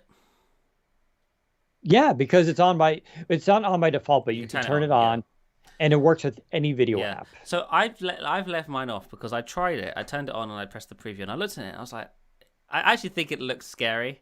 I feel like it takes the life away from your eyes. Like it doesn't look real anymore. And I'm like, But I'm wondering if how that's is it because working? And then I got turned off. I think it's too creepy. maybe it's. I mean, I wonder if that's just because you're biased in the sense that it's on and you're Yeah. looking for Yeah. versus someone who would have no idea what you're talking about. But go check out the video sample to see it in action. I also did put up a video sample of me playing Borderlands 2 on the Surface Pro X, which I think is surprising for people. It's like, oh, it can't game at all. It's like, no, it is a pain to find older games, but like Borderlands 2, I play at full HD resolution. I'm getting between 32 and 40 frames per second, and it looks great paired with an Xbox controller and that display. I'm happy as heck. But you can see the footage yourself to see what it looks like. But yeah, in certain games, Batman, Arkham City, of course, a lot of 2D platformers it plays. Uh, Oh, it works well. actually, I have a question for you, Dan, because no one on Twitter seems to know the answer, so maybe you might. So the Pro X comes with a 65-watt charger. Is that correct? 65 watts in the box. What? Because I think it's 65 watts. I'm gonna say Yeah, I yes. forgot. Hang on, I can check. It is. I don't even know where my charger is because I have so many. So it's a 65-watt charger, which isn't the most Okay. powerful Surface charger out there. The Surface Book 3 comes with a 127-watt one. If I were Right. to use the 127-watt charger on the Pro X, would that charge it faster, or is the actual device capped to No, 65? no, they should be capped at, I Okay. believe, 6. I know something with like Surface Laptop Go can charge at, I believe, 60-watt fast charge. But yeah, that's the beauty of it. You can plug anything higher wattage into it. It won't affect it, but it won't charge Okay, faster. that's what I figured. Because I was like, should I just use my book charger because it's bigger and it's more powerful? But if it doesn't Yeah. make a difference, then I won't. But yeah, in terms of the whole issue is the processor, right? And it's whether or not that processor fits in with your expectations. For Yeah. what I use it for, web browsing, email, Twitter, Instagram, Slack, Teams, voice calls, occasionally playing video games, YouTube TV, Hulu. Um, I use MyTube on it for watching. For all this stuff, it's awesome. And I love the LTE, the Instant On. The design, though, because it's so thin, it really does feel like this is the iPad Pro for Windows users. If you wanted an iPad Pro but wish it ran Windows, it was actually useful. That's my opinion. It had a good keyboard. This is your device, right? Yeah. And that's the way to kind of Yeah, this is think about. Microsoft's iPad Pro. You're absolutely right. It so is, and it does being a PC better than the iPad Pro does. But it's again Windows' fault. It doesn't do being a tablet better than the iPad Pro. Right. And that all comes back to the Sun Valley stuff, which hopefully will improve that for next year. So you said you don't know what they could improve on this hardware design. I know what they could do. Okay. They could thin out the top and bottom bezels. Now I know that causes issues with the fact that there's Windows Hello in there, and obviously the keyboard when it docks up. And I guess they could, because if I look at, because the iPhone has Face ID, which is basically the same thing. That's a tiny thing. Microsoft could shrink down Windows Hello to better, fit in a thinner bezel. But for the bottom one, if you remember that patent where they had the virtual bezels, where whenever you dock the keyboard, Right. then the bezel, the taskbar would raise so that it doesn't obscure what's on the screen. They could do that, and I think that's where they need to go next for this. It's the virtual bezels and having almost all screen, but still the capability of face recognition and the ability to lift the keyboard app and dock it to the screen. That's that's an interesting recommendation. Yeah, if they could pull that off technologically, I agree. Because right now it's true. The way the keyboard comes up to the lower bezel, it's so like it's touching the bezel. It's touching the edge of the screen. Yeah. And sometimes you can't see your active icon, the little line underneath it. Yeah. It's that close. So, it's like they can't do it any thinner, but your solution is an interesting one. So I agree there. So then the big question now is, and what makes Pro X way more interesting is we know in November they're supposed to start testing x86 64-bit app emulation. And there's a lot of questions about this. I don't think it's going to be a panacea for everybody who yearned for the Pro X but couldn't get it for Photoshop or whatever. I am curious about the performance, what the limitations are. That's something we definitely will be, Zach and I will be covering as it comes out. We don't expect it to fully launch until 2021, but we'll be on insider builds so we can take a look. I don't think running Photoshop on this is necessarily going to be still way better. But who knows? Who knows how good that emulation stuff works? I think it'll be a good fallback for people who really need that 64-bit, that one application that they just need to run and they can't. And the weird thing about emulation is the first time you run it, it feels not as good. But like I said, the more times you run it, it almost basically optimizes itself and gets better. So someone's asking about battery life. Is it better? So it's a complicated answer. We've talked about this on the last podcast, I believe. But so on SQ1, last year's Surface Pro X and this year's, they're both saying it's the same amount of battery life, basically, which is up to 15 hours, which was up from 13. That increase, though, it's a little bit marketing in a sense of part of that's because Microsoft Edge is now fully optimized for ARM. Microsoft Teams is now fully optimized for ARM. Windows 10 has had bug fixes and improvements. The drivers for the processor have been updated and improved. When we combine all that stuff, you're getting a little extra battery life. Does it translate? Like, have I really noticed it? Someone who's been using Pro X over the last year? No, not really. I'm still getting, if I leave the power slider on to max performance, which is interesting because only the Pro X does this with the slider. All other ARM devices are fixed frequency. I leave it up to max. I get around 7 hours of battery life. That's like normal brightness and all that. Which isn't bad. It's fine. That's pretty good. Yeah, I'm pretty happy with that. If I bump it to recommended and the processor basically balances itself, I'm getting 8.5 hours on average. You can probably push that to 10, especially if you go to battery saver or you dim your display. I'll also get back to that display. I've mentioned this last time. I could finally now run my colorimeter on it because for some reason the drivers now work with ARM. And so I measured the display brightness. They rated, I think it was 450 nits of brightness. I got around 480, which is actually very good. It's a very bright display. It's brighter than the Surface Pro 7s. Slightly more color accurate too, 99% sRGB. It's a very good high quality display, which is what makes it so enjoyable, especially because it's 13-inch. You just get more real estate in those thin bezels. It just looks really fantastic. And someone else had another question. I forgot what it was now. Do you want to know what the worst thing about the Surface Pro X is? What? It's the fact that the new type cover colors do not color the pen. The pen is still black. Right. So why? What stupid over? Just come on now. This is. Could you imagine a red Surface Slim pen? That would look so amazing. And they decided to just not do it. That's next year. Yeah. Someone's asking about the Pro X have the same camera as other Surfaces. I don't believe so. Or if they do, it's different because the silicon and what's running it is different. So I can straight up tell you the Pro X destroys the camera on the Surface Pro 7. And it's the same, I believe it's 5 megapixel. The Pro series always have full HD. Laptops have 720p for whatever reason.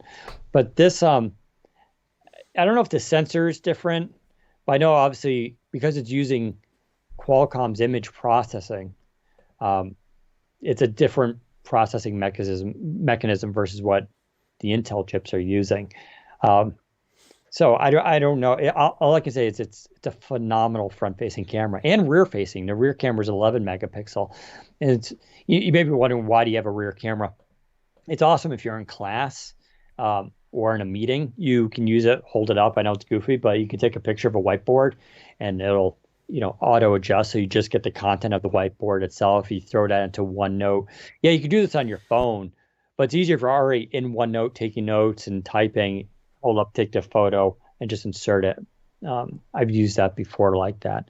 But yeah, really good cameras on it too. So I don't know. Yeah, still love the Pro X. Still want to see Qualcomm do a little bit more though. They gotta really deliver something significant next year in terms of a processor that really, because the Intel 11th gen stuff is just it's getting too good. And it's not like the battery life on Intel stuff is bad, right? There's that question of like diminishing returns. It's like, all right, the Flex 5G, I can actually get like 12 to 15 hours of legit battery life.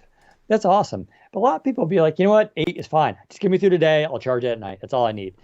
And so then it comes to the question, if that's you, why would you settle for a Qualcomm processor when you can get an 11th gen Core i7 with optional LTE and a cool laptop and not have to worry about it, right? So there is that, and that gap is closing. And it's not like Intel is just like screwing up here. They're doing very well in the mobile chip area. And AMD still has to catch up a lot of ways. But I don't know. I'm telling you, the Surface Pro 8, what you shared with me, the Pro 8, is like, I mean, it's within expectations, I would also say. I'm not going to spoil anything here. But everything you expect the Pro 8 to be, Intel 11th Gen, Xe graphics, go with, the same similar design to the Pro X, probably a little bit thicker, obviously. Yeah. I think it's going to happen. I'm also not too confident in what I told you because I haven't heard it from anybody else. That's why I've not talked about it yet. But I heard a thing about the Pro 8 and I told Dan, and that's what Dan's referring to. Yeah. But since I've not been able to confirm it with any other sources, I'm not talking about it because until I can confirm it with other people, I'm sure. In my head, it's still a rumor. So, but it would be weird if they just left it. Just another Pro 7, but with Intel 11th. Which, to be honest, that would be a big upgrade still. Because the 11th gen stuff, especially the graphics stuff particularly is a big deal, I think. They're definitely feeling the pressure to shrink those bezels, which means we're going to get a slightly larger display. They're going to thin it out. Type A, I feel like they can get rid of Type A, just do 2 Type Cs. And if they do that, then the question is, do they offer LTE? Which they haven't done LTE for a Surface Pro now for a few years. And that's a big question. I don't know if they will, because they may just leave the Pro X as the LTE line for that, in which case that gives the Pro X a little bit of an advantage. But we'll see. I want the cool design to be for Pro X only. I want the Pro 7 to be boring. Or the Pro 8 to be boring. Kind of. Yeah. But I'm excited. Pro 8 could be, if they get a new redesign, 11th gen, that could be sort of, if they do that, and if they manage to squeeze in an LTE option. That's what I'm saying. If they do all of that, then what is the point of the Pro X? It's true. It does raise that question. At that point, the only advantages are disadvantages for the Pro X. Well, you could still argue, no matter what happens, the Pro X will always be thinner, but always, I don't know if it'll be lighter, but it'll definitely be thinner. It'll always be fanless, not get hot. True. And better battery life. It's going to get better battery life, that's for sure. I don't feel like that's enough of a differentiation. Like right now, the differentiation is big because it's like people look at the Pro X and then they look at the Pro 7 and they go, man, I want the Pro X, but I have to get the Pro 7. Whereas if they update the Pro 8 to look like the Pro X, but a bit thicker, it's like, well, I'll just get the Pro 8, and it's like the Pro X just dies because no one buys it anymore. It's and that's where Qualcomm really needs to step up to their game, I think. But it is interesting. But then that same issue kind of goes with Intel and AMD too, right? Yeah. Like, why buy an AMD laptop over Intel? Usually the argument is because AMD laptops will be cheaper, and sometimes they are. sometimes it has more raw processing power than the Intel stuff, although that's changing again too, right? Those margins Mm. are shrinking. I'd argue though Intel has more, um, you know, frippery going on with AI and optimizations that AMD isn't there yet. But is that important to you? So all this, which chip you choose it is diminishing returns in some ways, but that's a good thing. So, but we'll have to wait and see. You are expecting to hear something about that though early next year, right? Yeah, I've been told that January is when they are expecting to announce the new Pro. Which is so weird. That's not a Surface month. No, I know, but again, I think I mentioned this last week, but I think the reason they're doing that is because there's no events no more. They don't have to organize something and invite everybody to it. They can just be like, oh, by the way, guys, there's a new bit of hardware. Have fun. And to be fair, in January, people usually, Poor. Christmas just yeah, well, happened. I was going to say poor. Sometimes they have cash from Christmas Oh, that's true. or You're right. Yeah. returning gifts, but it's also a very slow month. Yeah. Nothing happens in January in terms of announcements. So if they can kind of dominate the news then, um, actually, that's not entirely true. CES happens in January. Yeah, but will So this we year's should be, CES be anything? Because it's all virtual this year. Oh, we hey, should it's actually powered by mention. Yeah, Microsoft. we should mention that Microsoft is officially like going to be part or like running or powering CES this year using Azure and Microsoft Teams and stuff, which is fun, I guess. I guess. Congrats to the Azure team. Yes. You guys are winning Another it. another win for the Azure team. Tell me something we don't know. Anywho, let's see. I think that's kind of about That's it. everything. That is everything. I don't know if I have. What's your one cool thing for this Oh week? yeah, I don't have one either. Oh, Jesus. This is the third week and we're already failing at this. Come on. But the one thing, which isn't really a unique thing, but it's a thing. Mandalorian season 2 out today. Watch it. Oh, I'm is going to it be today? doing that right after this because I don't want to be It's spoiled. episode by episode, right? They Oh, don't is it? do. Oh, one episode? Cool. Yeah, it's just I don't think they don't drop the whole season All like right. Netflix, Sure. which is kind of fun. My one cool thing. I don't really know. I'm using a $5,000 monitor, That's a cool thing. which I think I mentioned last week. The Dell one is here, um, with mini LED backlighting, 2000 zones. It's nice. uh, I don't know what else to say. It's very color What a accurate. raving It's review. anti-glare.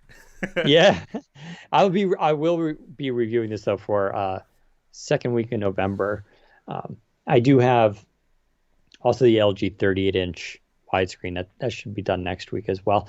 Yeah, so other than that, I'm using a cool new keyboard which I can't talk about.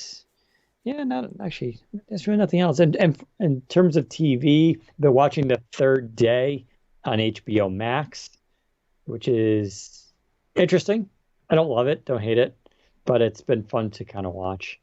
And yeah, I guess Mandalorian. Yeah, and that's been a slow week. So next week's the election, and then America is gonna be Well, destroyed. So it's a slow week for everybody else, but yeah, we'll see. Well, I'm curious about my mood Friday if we'll have a will you pandemonium. even be around on Friday? Will we have internet next week? I don't know. Tune in though, and hopefully also tune in just to see if I can fix my Bluetooth, which is finally stabilized now, by the way.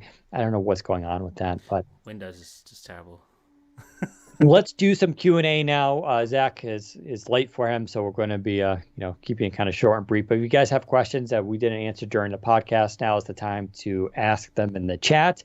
If you're listening to this recorded, you don't get to hear that, but you're free to join us every Fridays, 2:30 p.m. Eastern Time on our YouTube channel at Windows Central. And you can join the live chat and watch the video stream. You can also go there and watch the old video streams if that's something you're into as well. You can follow me on Twitter, Daniel_Rubino, Rubino. I'm laughing a little bit because I am once again locked out of my account as I've been hacked again. So are you convinced that it's admin tools doing this, the Twitter admin tools?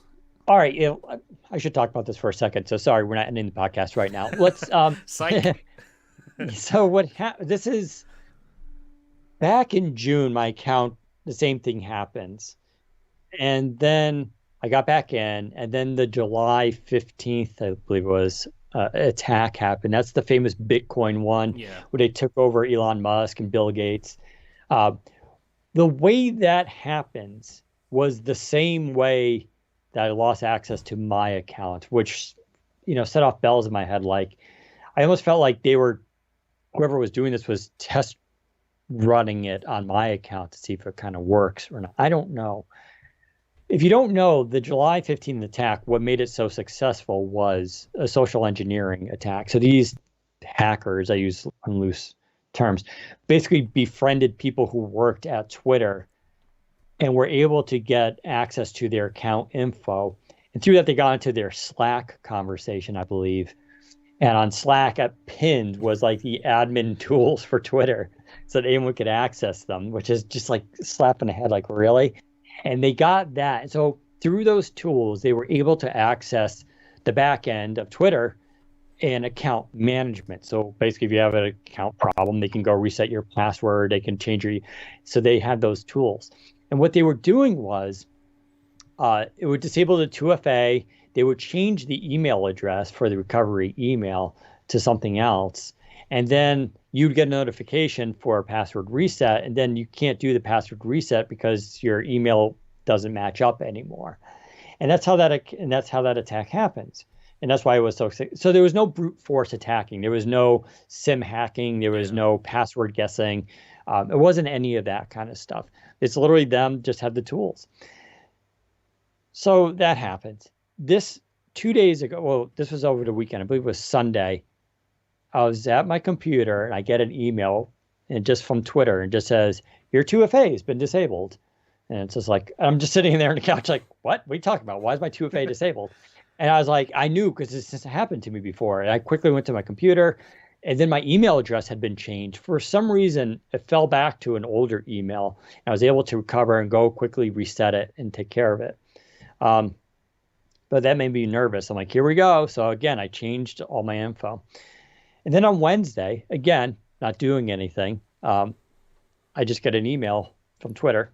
You have disabled 2FA. No, I didn't. I didn't disable 2FA. And then they changed the email address again. And so now if I try to do a password reset, I type in, you can try this yourself. You can go try to reset my password. Go to Twitter and forget my password, type in Daniel_Rubino, and it's just going to kick you back to help because there's no email or phone number anymore associated with my account. It's gone. So you can't reset the password. Yeah. So that's so strange that that's still happening to you. Yep. And it's not a SIM attack because my phone number is not SIM based, so it can't be hacked. I did have 2FA with a security key. The email address is not publicly known. I don't even know my own email address. I literally have to look it up every time I use it because it's just random. My password was 26 digits random. Like I did everything you could possibly do and more so to protect my account. But none of that matters if someone could just go to the back end and be like, and you can see some of these tools. Yeah, some of these tools where the images of them were leaked in the Vice article and stuff. And you can see them. It says like detach email. And you can see it like that. They just hit a button and basically the stuff kind of goes away. So it's the only thing I can think of because I haven't been actually hacked, Doesn't Twitter have an option for, I think you mentioned it, security key, or like there's something where there's a backup code, right? You can save a backup code. Does the backup code not work as well? Nothing works. Do they reset the backup code? That's insane how that's still happening to you. It makes me worried because, like, I mean, I've never had this. I'm not verified, thank God, on Twitter. Yeah. But like, so maybe that's why I'm not a target. But it's like that scares me because there's nothing you can do really if that's the problem, right? It's like there's really nothing you can do. Yeah. At the end of the day, it's just someone has access. So it's either a Twitter employee who's doing this, or it's someone paying a Twitter employee to do this, or it's someone who social engineered and got a Twitter employee's credentials and is using it. I don't know. And Twitter support, of course, is practically useless, which is why I put a story up on Windows Central about it today and trying to ping them on Twitter. Obviously I filed a support ticket with them immediately, but they take like there's no days person. I think it took 2 weeks last time, 2 or 3 weeks. And that was only because a lot of us raised a stink about it on Twitter. If you're just like a normal person, I've heard this from people. They're like they can't get in touch and can't get it done. So as to why I'm being targeted, no idea. It's true I'm a little political on Twitter, but I'm not that political. And I never get vulgar about it. Like I get into discussions with people, but I try to keep it civil usually. Um, so I don't know.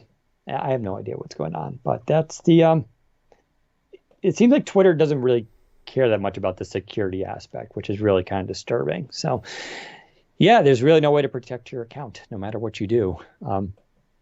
But we'll see what happens. Anyway, so you can ping me on Twitter, but I'll let you know when I get it back. Otherwise, you can follow Zach, though, at Yes. ZACBOWDEN, and he'll field questions for us. And as always, thanks for taking care. Sorry, thanks. I can't talk at all now. Don't forget to vote. Go enjoy your weekend. We'll be back next week for all your exciting questions and comments. Take care, everybody.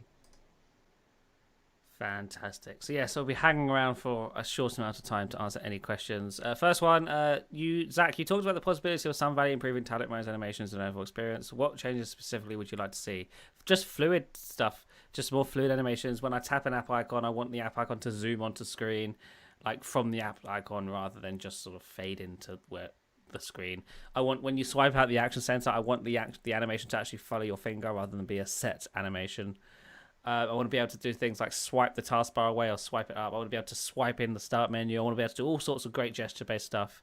I just want it to be a fluid experience. That's what I'm hoping for.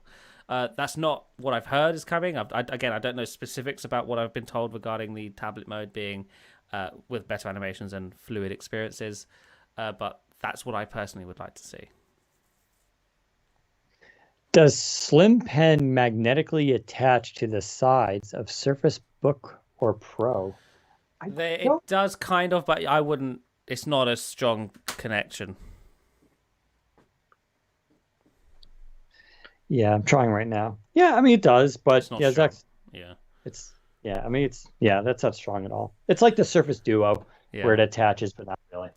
Dan, did you get the $200 rebate? Asked Uh, Isabella. I haven't tried, so Well, I think 60 days is up soon, right? So you might want to ask soon. yeah, I'll How do that how tonight. involved was Panos with Windows 10X before he was head of Windows? It seems interesting that they would just use 10X UI and desktop without maybe even rethinking both. I don't know.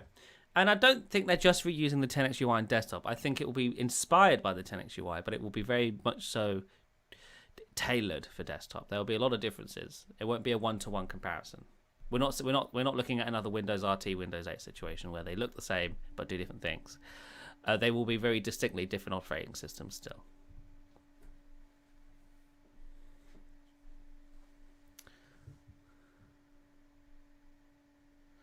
Dan, do you see tech being broken up? Do you think that would be good for users? More options. That's a complicated one. First of all, I don't think the Google stuff is going to really result in much, to be honest. Because I really don't have any. Google's technically already broken up, right? They're technically owned by Alphabet, and Alphabet owns a number of other Google-ish products. Technically, Yeah, right? I think I don't feel like the government right now, no matter who's in power, I don't feel like it's competent enough to sort of handle this. I think it's a very complicated case, actually. I think they had more argument against Google actually years ago. I do feel like, Microsoft Bing, you laugh at it, but it's still technically an alternative, and Microsoft does default Bing on its services. Um, I don't know what will happen there in terms of, and even there's like this issue with Google. They do search, and then they get news stories and summarize them and put them in the news, and then there's no reason for you to go to the website, so they lose money. And so this has been a complaint that's been going on for years that Google basically, um, just scrapes data and doesn't pay companies. Well, now finally, as like an arbitration, I think it was out of a court case out of Europe, they're paying like $1 billion over the next like 3 years to companies to use their data and all this kind of stuff. So even that now is sort of like being fixed a little bit. I don't know. I feel like America has a weird, like even with Twitter, right? This week was a big deal, right? Twitter was on, along with Facebook, was on the Hill, and they were. Twitter is a private platform. You agree to the terms of service. They can enforce things however they want to, and they don't need to justify it to you. They don't need to be politically fair.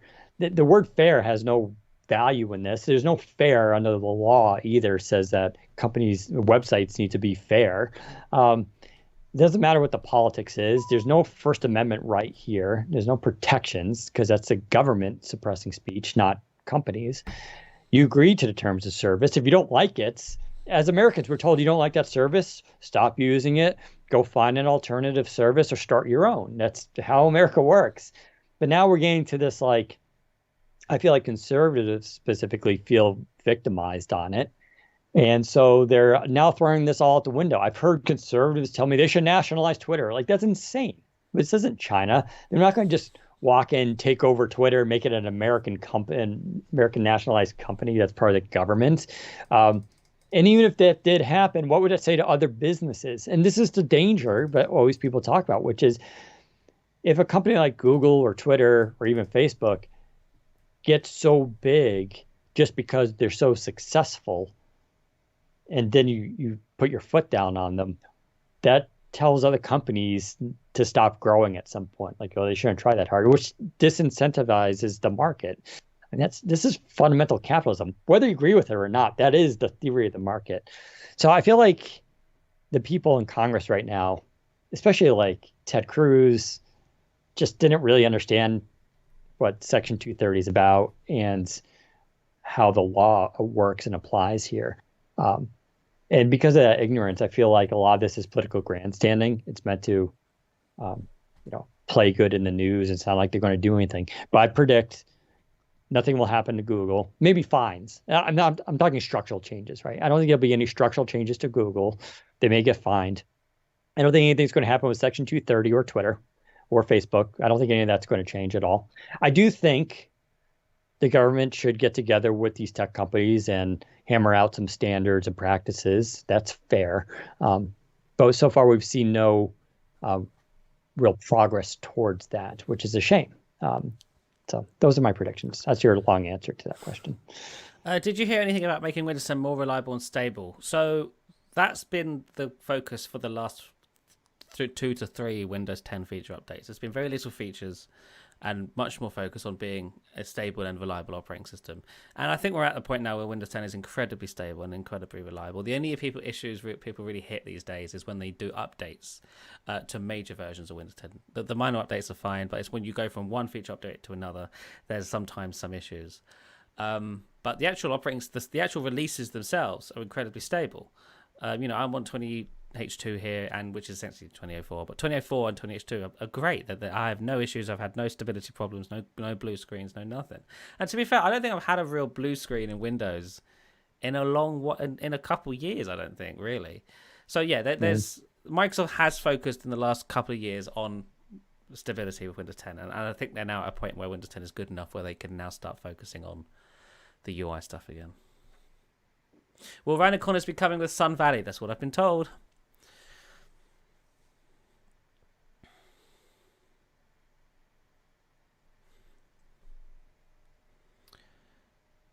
Somebody was asking, do you think Sun Valley will redesign the settings app? I don't think it'll be redesigned. I think it'll be updated. If you take a look at the Windows 10X settings app, it's the Windows 10 settings app, but it's a little bit different. There's subtle design changes there, and that's because I think the settings app on 10X uses WinUI. Now, Microsoft is planning to apply WinUI more on desktop as well, so I think we'll see those changes on in the settings app on desktop as well. Just like some of the text is bolder, the typeface is a little nicer, some things are moved around. I think some things are slightly categorized better as well, and I think we could see that on desktop. I'm expecting a nice wallpaper for Sun Valley. I laugh, but that's not like it's trivial, true, right? Like, yeah, because I hope so. I'm so tired of that blue. Yeah, it's really not great. The Windows logo. Like, they really should change that every year. Come up with a new default wallpaper to keep things exciting. Because, I see the default wallpapers now. I'm like, oh, come on, it's so gross and old. Jeez. but they spent so much money to make that logo, that wallpaper. Give it up, Microsoft. It's 5 years old. Did you tackle any plans for some kind of TV OS for Microsoft? I mean, No. I doubt that would happen. There were some plans years and years ago, back when the Xbox One first came out, but obviously the Xbox's TV ambitions are beyond dead at this point. So yeah, no. No news on the Microsoft Store status. No, unfortunately. I agree. What people are saying that what they're doing with the Xbox looks way better. But I don't know. Maybe that's something Panos can take a look at. Does the Windows team lack vision or leadership? So this is a good question. I think up until Panos took over, they lacked leadership. I have seen over the last handful of years, I've seen many incredibly awesome prototypes and designs and ideas for Windows features and UI that never happened. So I don't think the team lacked a vision, but I do think they lacked leadership. They lacked somebody who had a coherent idea and a product they wanted to deliver. They had all these different teams working on all these ideas and stuff, but no one to actually sit down and go, right, let's ship that, let's ship this, let's improve that. But now Panos is there. That can start happening, which is why I think Sun Valley is happening, because they finally got a leader to sit down and actually bring together all these teams and build out a coherent plan and product for Windows. And that's truly what I believe. I think Sun Valley is the result of good leadership. I'd also suggest that, besides that person at the top, it's who they hire and put in charge of their groups that matters and executes. The reason why you always see Panos with the same group of people around him is because those are his right-hand people. Like, those are the people he trusts the most, the ones that he works best with and has been able to execute his ideas.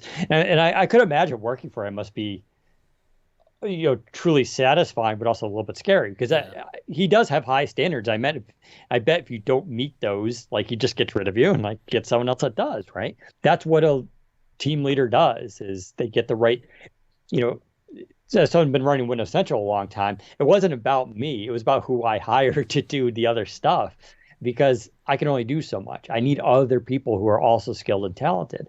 And being able to hire those right people and put the right people in charge is in itself a skill, right? Yeah. To be able to recognize that. So. Someone says there, Terry left because his ideas sucked. No, so when Terry was leading Windows, there was still leadership and there were still new features and new changes coming out for Windows. When Terry left in 2017, I think it was, that's when Windows really stagnated, because Windows didn't have a real leader at that point. It was underneath another division who was more focused on, I think, the Azure stuff rather than the Windows client. But Windows 10 from 2015 to up to like 2017 era really there were new features, things like My People, Sets was in testing, I think, at that time. We had all kinds of different changes to the operating system because there was a leader and there was leadership, there was vision. Terry left, and then Windows sort of fell into this no man's land of it's mature enough, we don't really need to look after it anymore, it can just do its thing on its own. And that's when we really stopped seeing change in Windows. That's why Windows has sort of remained the same from 2017, 2018 up until today. But now Panos is back in charge. First thing we're hearing, big changes are on the way, because there's a leader back in charge.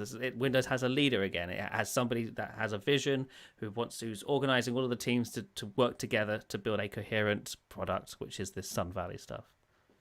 I agree with that. I think that's an excellent point. Someone's asking about, anyone else? Am I the only one who's excited for Empyrean Nebulous? Yes, you're the only person. If you don't know what that is, Empyrean Nebulous is a company in quotes, coming out of the UK, who's trying to build a Windows phone that runs Windows 10 Pro, but on ARM. Yeah. They said they're getting some cooperation with Microsoft, and I don't think they are. I think what they mean by that is that they got a license. Yeah, that they're doing the same thing that all the other OEMs do, and they pay for licenses. Yeah, it'll be interesting. Listen, if they can pull off something that's cool, I'll say it's cool, man. I just love tech. I don't really care, but my faith that anything significant is going to come out of this, or that it'll actually be, even if it actually does get delivered, which in and of itself is, I think, questionable, I'm not confident it's going to be necessarily amazing. Love to be proven wrong on that. But I mean, for me, and Zach and I keep talking about with the Duo, even with my Galaxy, like I love the Galaxy. It's such a phenomenal phone. But there's still, when I pick up the Duo with the dual screens, like that experience just is so radically different. And for me, better in terms of just reading documents and news. I still reach for it, even though it's not as fast, only a 60 hertz display. Um, so that this is the future for me anyway. But you know what the best part about Surface Duo is, by the way, Zach? Well, Picking wallpaper, because you can just use desktop wallpaper. oh yeah, you're because yeah, I see what you're saying. Yeah. When I went back to my Galaxy and I had to pick wallpaper, it's like, oh, that one's beautiful, and then it's like a sliver. Yeah. It's like 1/10 and it's a sliver, and that's all you see is this. Like, oh, that kind of sucks. But on Duo, it's literally you just go browse desktop wallpapers and set that as, and you get the whole span. And just like there it is. It's beautiful. Um, it's a lot prettier to look at. Some people were saying the SQ2 was not based on the HCX Gen 2, but rather the SQ1 directly, hence no Wi-Fi 6, etc. Did Microsoft ever confirm or unofficially confirm it that this is the case or not? This is all marketing, in my opinion. I don't think the SQ1 is really radically different from the HCX. I think that the SQ1 is a 3 gigahertz cryo 840 chip. HCX is a cryo 840 at 2.85 gigahertz. Yeah. That's the only difference I've ever seen. And the GPU, I'm screwing up the GPU and the CPU. But the speeds, that's the only difference between HCX and SQ1. Yeah. Was 2.85 gigahertz versus 3 gigahertz. And then the GPU is slightly improved. That's it. That's it. SQ2, it being based on SQ1 doesn't make sense, because SQ1 itself is based off of the HCX, which itself is based off of, existing chips. This is just a lot of marketing, I feel like. Because the HCX Gen 2 is also technically just like it's the Gen 1, but with a couple of additional things. And this is the prediction, right? So I haven't tried that chip yet. My guess is that chip will be 3 gigahertz. Yeah. And I'll be shocked if I'm wrong on that. As to why the the Wi-Fi 6 and the 5G stuff, I think it's because it has something to do with that. Antennas. It has to do with antennas. They would have to redesign the antenna system, and that's a bigger project that requires much more months of testing.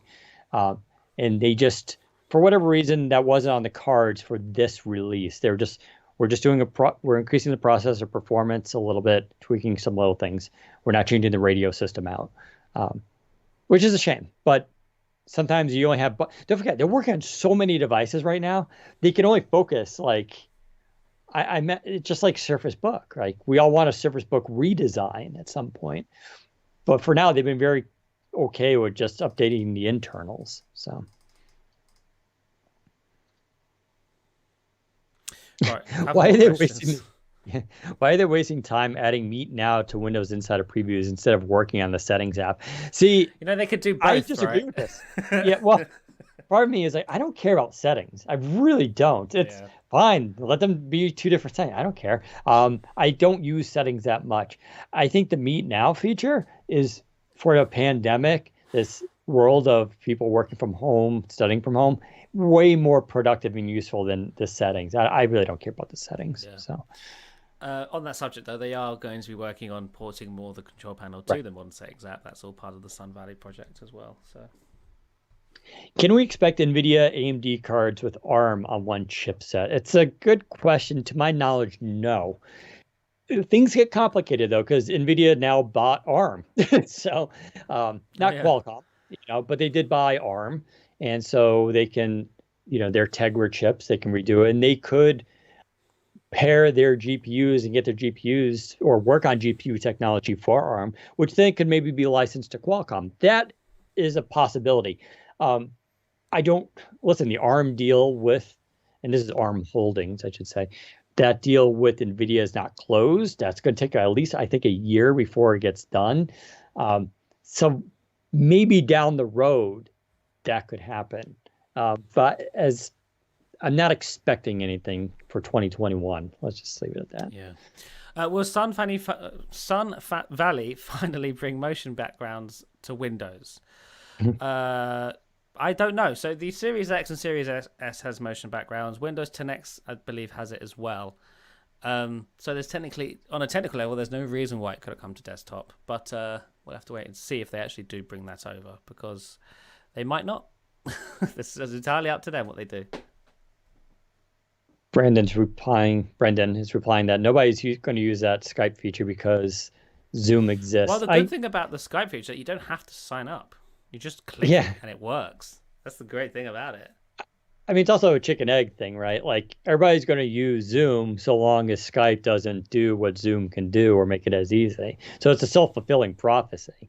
If you want to compete with Zoom, you try to add feature parodies and things to it.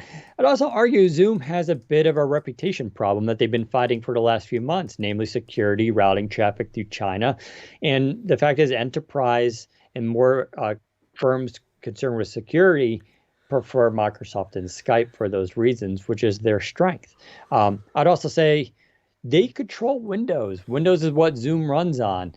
If they could have it native built in and it pops up, that's one less thing for you to install Zoom software on your computer.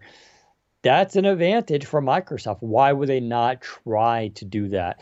I mean, it's weird. I always find it weird when people say, hey, this company has a cool product out. And it's like, yeah, but I have an idea. I can make that product a little bit better or more interesting. Yeah, but they already exists. So why compete? It's like, the whole reason we have markets and like technology is so we do compete, right? We offer options. Why do you want Zoom? The real question I want to ask you, Brendan, why do you want Zoom to be a monopoly? Because as a consumer, I don't want any company to be a monopoly. I want competition and I want choice. So why do you want a monopoly with Zoom? Any news on improved text-to-speech? Great question.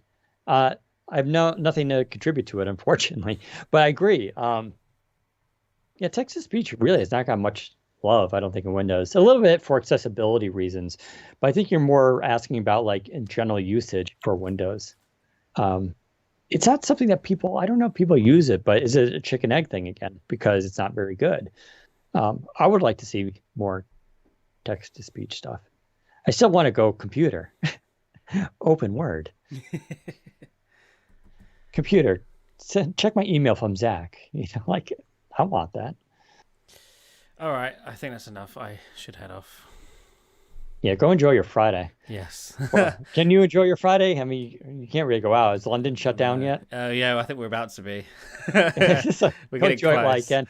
I might sneak out, get a haircut next week because I feel like it may be my last wedding. Good point. Yeah, you should do that. No, I'm going to be playing Xbox Series X all weekend. Oh, look at that! Yeah, get off this. Yeah, screw these guys. Sorry, everybody.